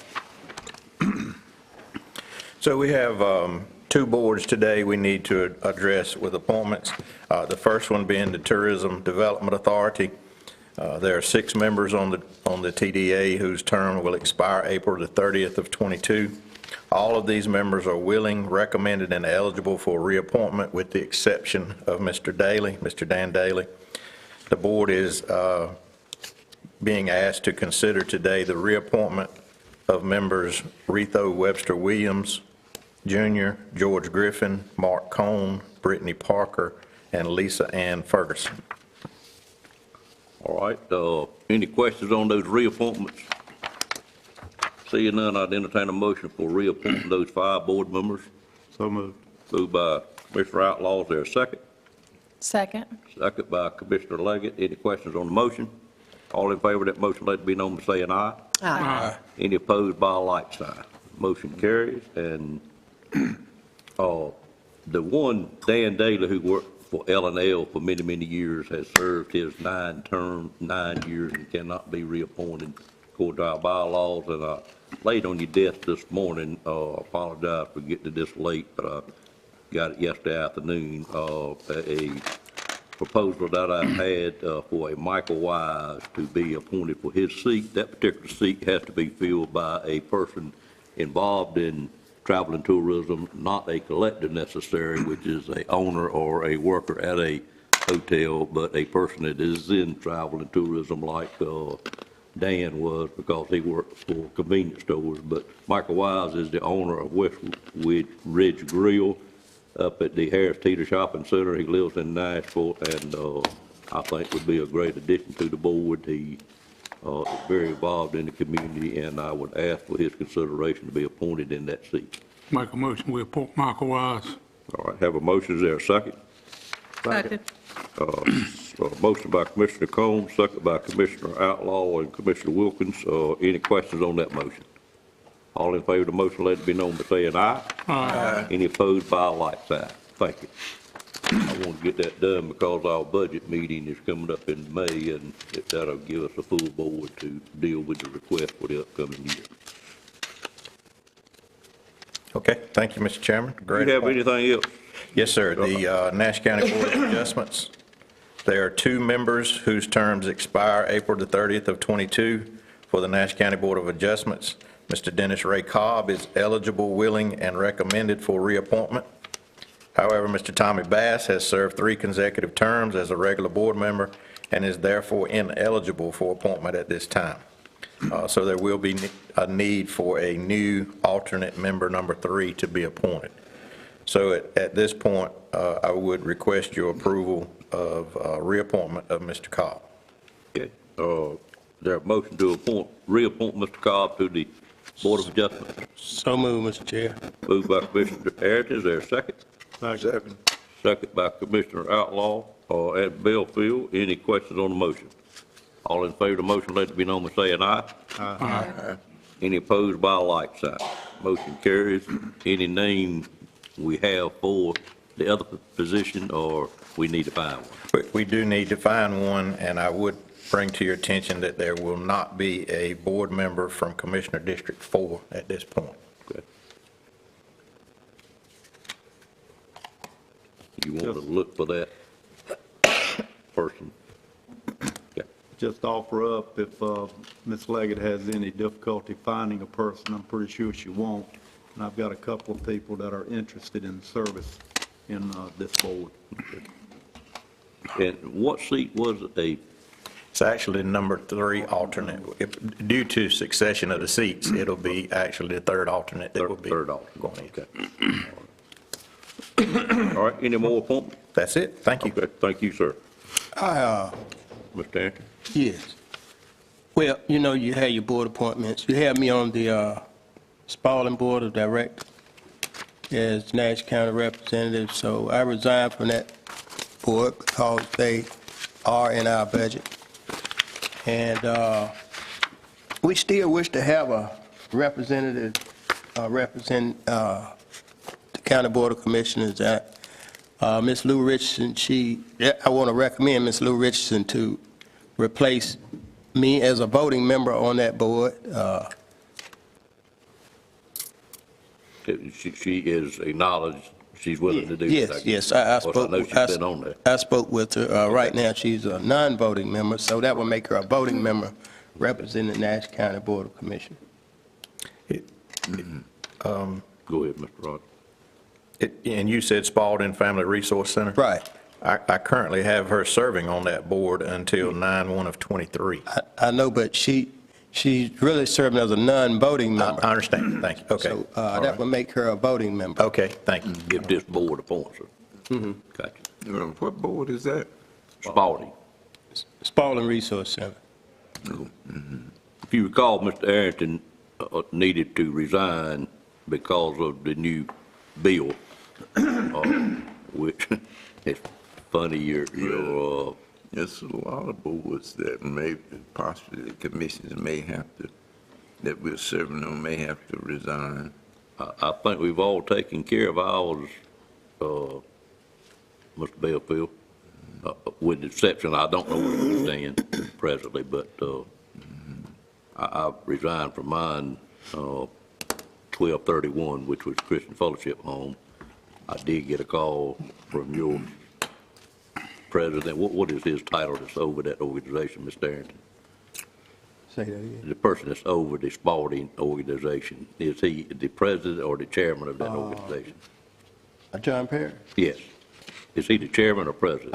He's the president. He's the president, okay. He did call me and wanted to make sure that you really needed to resign. And, Okay. so I told him, according to our attorney, he did. So he hated to see that happen, I think. So we have a suggestion to appoint Ms. Richardson from the board so she would be a voting member. I would entertain a motion if it's in proper order. I'll take your statement as a motion, Mr. Arrington. Yeah, so moved that we appoint Ms. Lou Richardson to serve on the Spalding Resource Center Board, representing, as a representative for Nash County. Okay, I have a motion by Commissioner Arrington, second by Commissioner Combs. Any questions on the motion? All in favor of that motion, let it be known by saying aye. Aye. Any opposed by a like sign. That motion carries.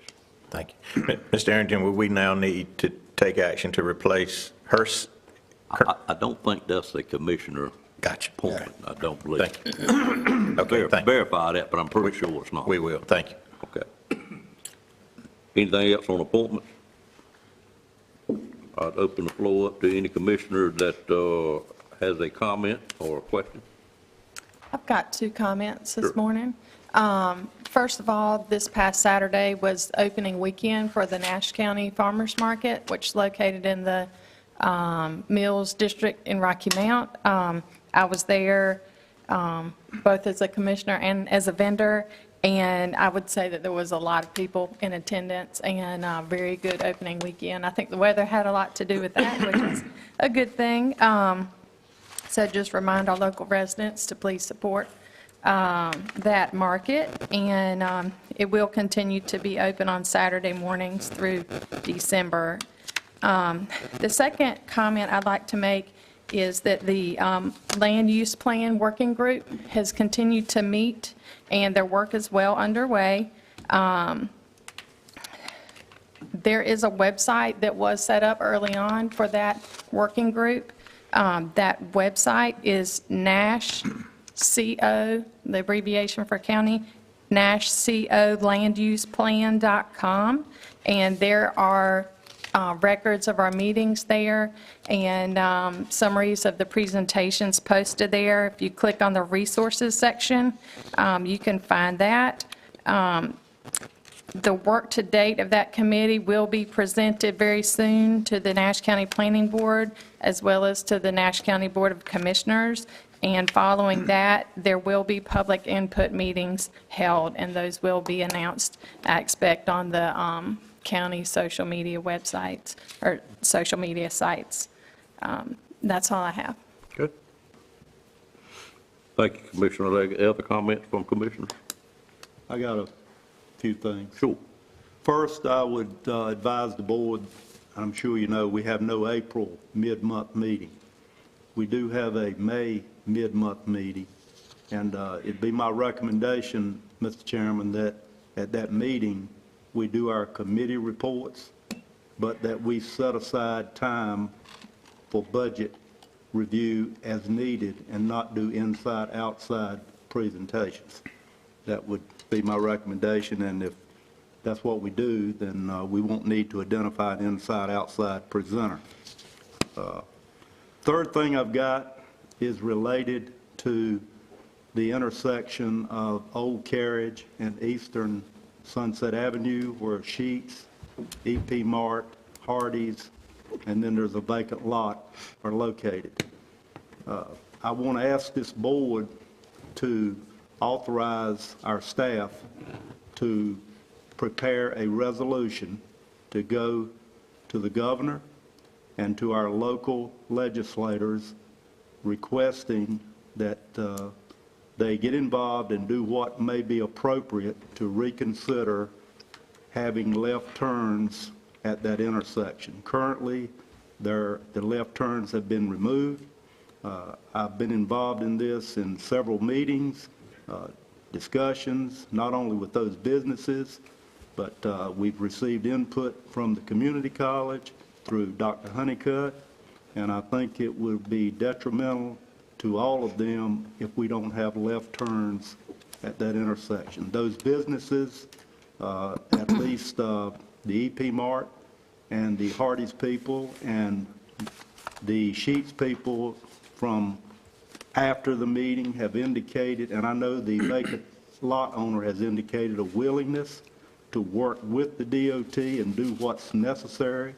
I think Ms. Sharon from the EP Mart indicated that they were willing to relocate their tanks at their cost if they could accommodate left turns. So I would just like to ask this board to authorize our staff to prepare that resolution for approval at our May meeting, our first meeting in May.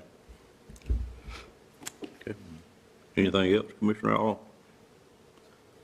I would just like to get the board's thoughts on that resolution. Yeah, I'm going to take care. Do you have any other points that I'll take it? And you're talking about left turn coming from Nashville? I'm talking about, there's no... Old Carriage Road. There's no left turns currently planned there for any direction. All four approaches. They're planning, if you come through that intersection from any direction, you've got to go down and do a U-turn at the roundabout, and to accommodate this plan, they've got to add another roundabout at Morning Glory. So you go down and you do that roundabout. The residents in there are concerned that when these people do this U-turn, they're not coming back to that intersection. They're going to use that subdivision as a throughfare. And the same concern exists with the community college. So I just think it's not a good situation. I think Ms. Sharon made the most memorable comment that I can recall from that meeting when she said, people, when they come to a business like EP Mart or Sheets, it's a convenience location. And if it's not convenient to get to that location, they're not going there. And I've traveled enough with Ruerton and in other ways to know that when you travel a route and if it's not convenient to get to a place, they're not going to go there. So I think it's going to negatively impact their business if they don't have those left turns in that area. Well, I'll be frank with you, these roundabouts, I question them when they start putting them in. They got them out there on Winstead and Batt. And you got to go down and turn and come back. Hunter Hill Road, the same thing. And it's inconvenient. And Department of Transportation, in contacting them, they said this is safer to not have those left turns. And I don't agree with them, because I haven't seen all that many accidents where people are turning left. All right, is back to Mr. Outlaw's request to have the staff prepare a resolution. Is it any commissioner that wouldn't support that? He was asking for the staff to study and come back with the... Develop the resolution and present it at the May meeting. For us to adopt. Other questions? Roger, you make sure staff knows that. Great idea. All right. And again, I want you to understand, I highly value what the DOT does, and I'm not looking to get at odds with the DOT. If you go out to 97 at Jack's Grocery, they have accommodated us with dedicated left turns there, and I've just found out, I requested that they do the same thing at Westmount and Halifax Road, and they're going to accommodate us with that. And they're very, very dangerous intersections to get through without something like that to accommodate the traffic. So, you know, I value what the DOT does, and I think this is above them, and that's why I think the governor and the legislators need to try to get into it. I think it's a money thing, really. Yep. All right. Any other commissioner have any comment on anything else? I'll be very brief. First thing, housing report, I try to do each month. I will note that we had a very active month as it relates to non-housing construction, in that we had $13,758,000, almost $14 million worth of permits issued for non-commercial construction. One of them being the upfit of the shell building we just closed in the Middlesex Park. Was a substantial permit that was requested, but all total is a total of $14 million.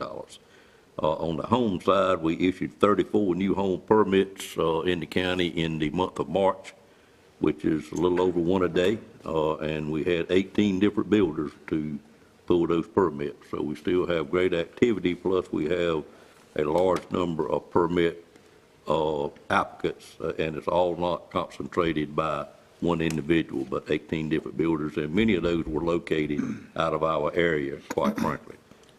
The second thing that I had was Ms. Leggett mentioned opening day at the farmers market, and I do want to also make you aware that Mr.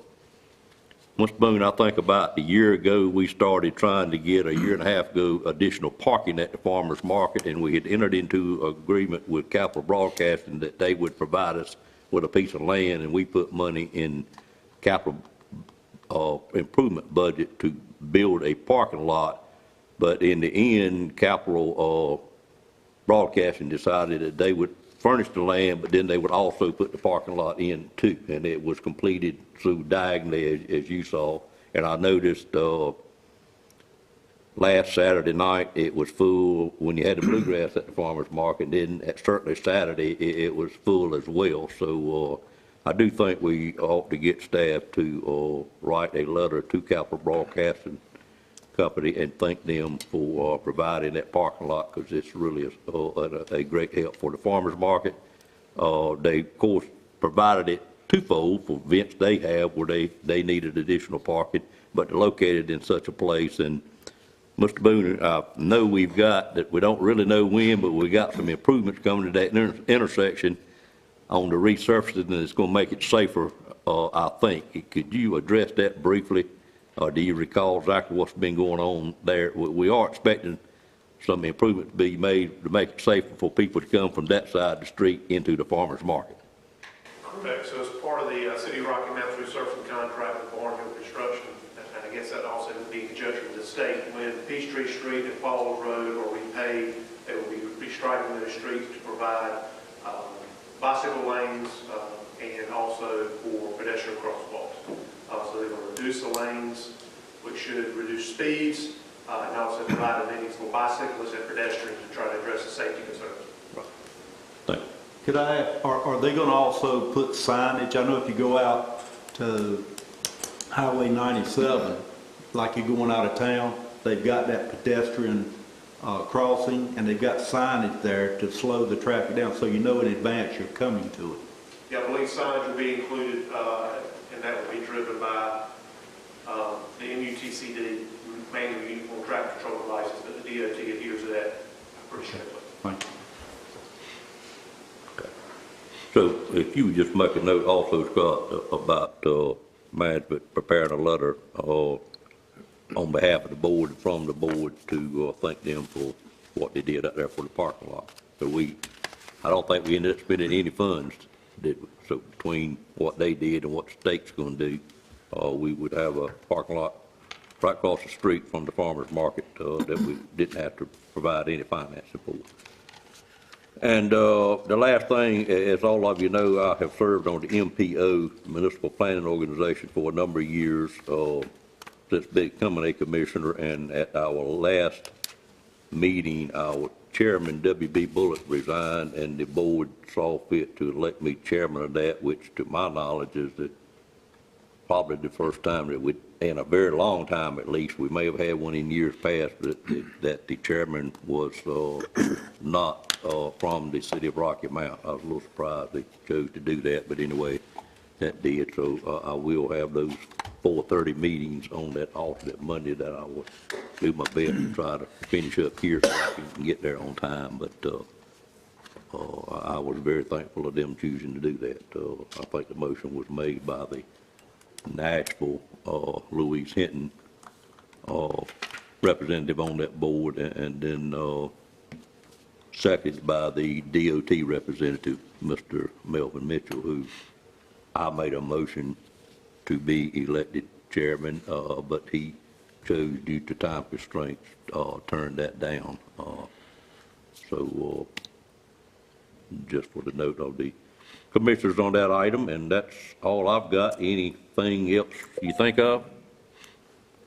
If not, I'll turn it over to Mr. Rogers for the manager's report. Thank you, Mr. Chairman. Just have a few items. The first being that the position of Assistant County Manager, that job posting will continue to remain open in the absence of our manager. Next is our weekly COVID-19 response team calls. As you've been familiar with for nearly 2 years now, we have decided to discontinue those.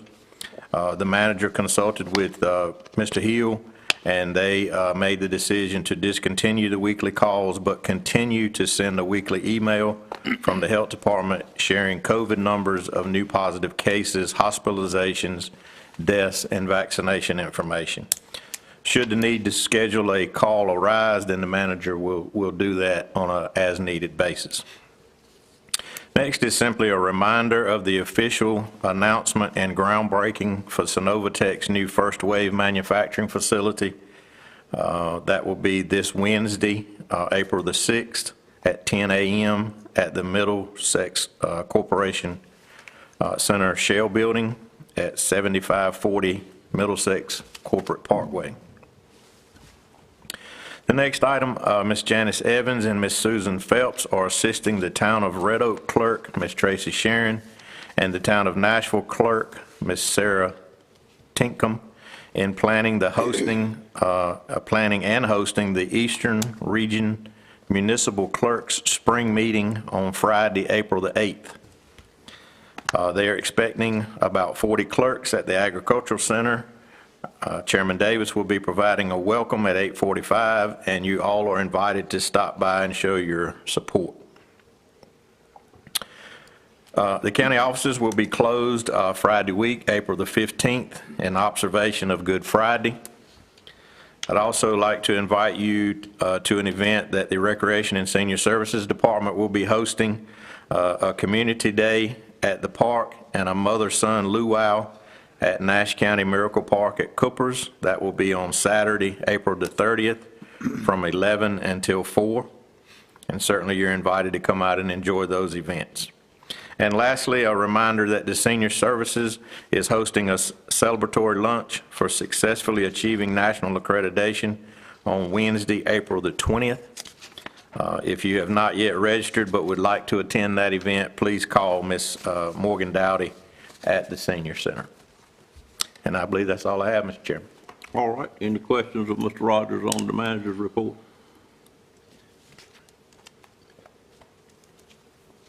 Seeing none, at this time, if there's no other business, I would ask for a motion to go into closed session. And I think we will be moving to the commissioner's room, commissioner's conference room, thank you. And Mr. Durham, do you anticipate any action to be taken after that meeting? No, sir.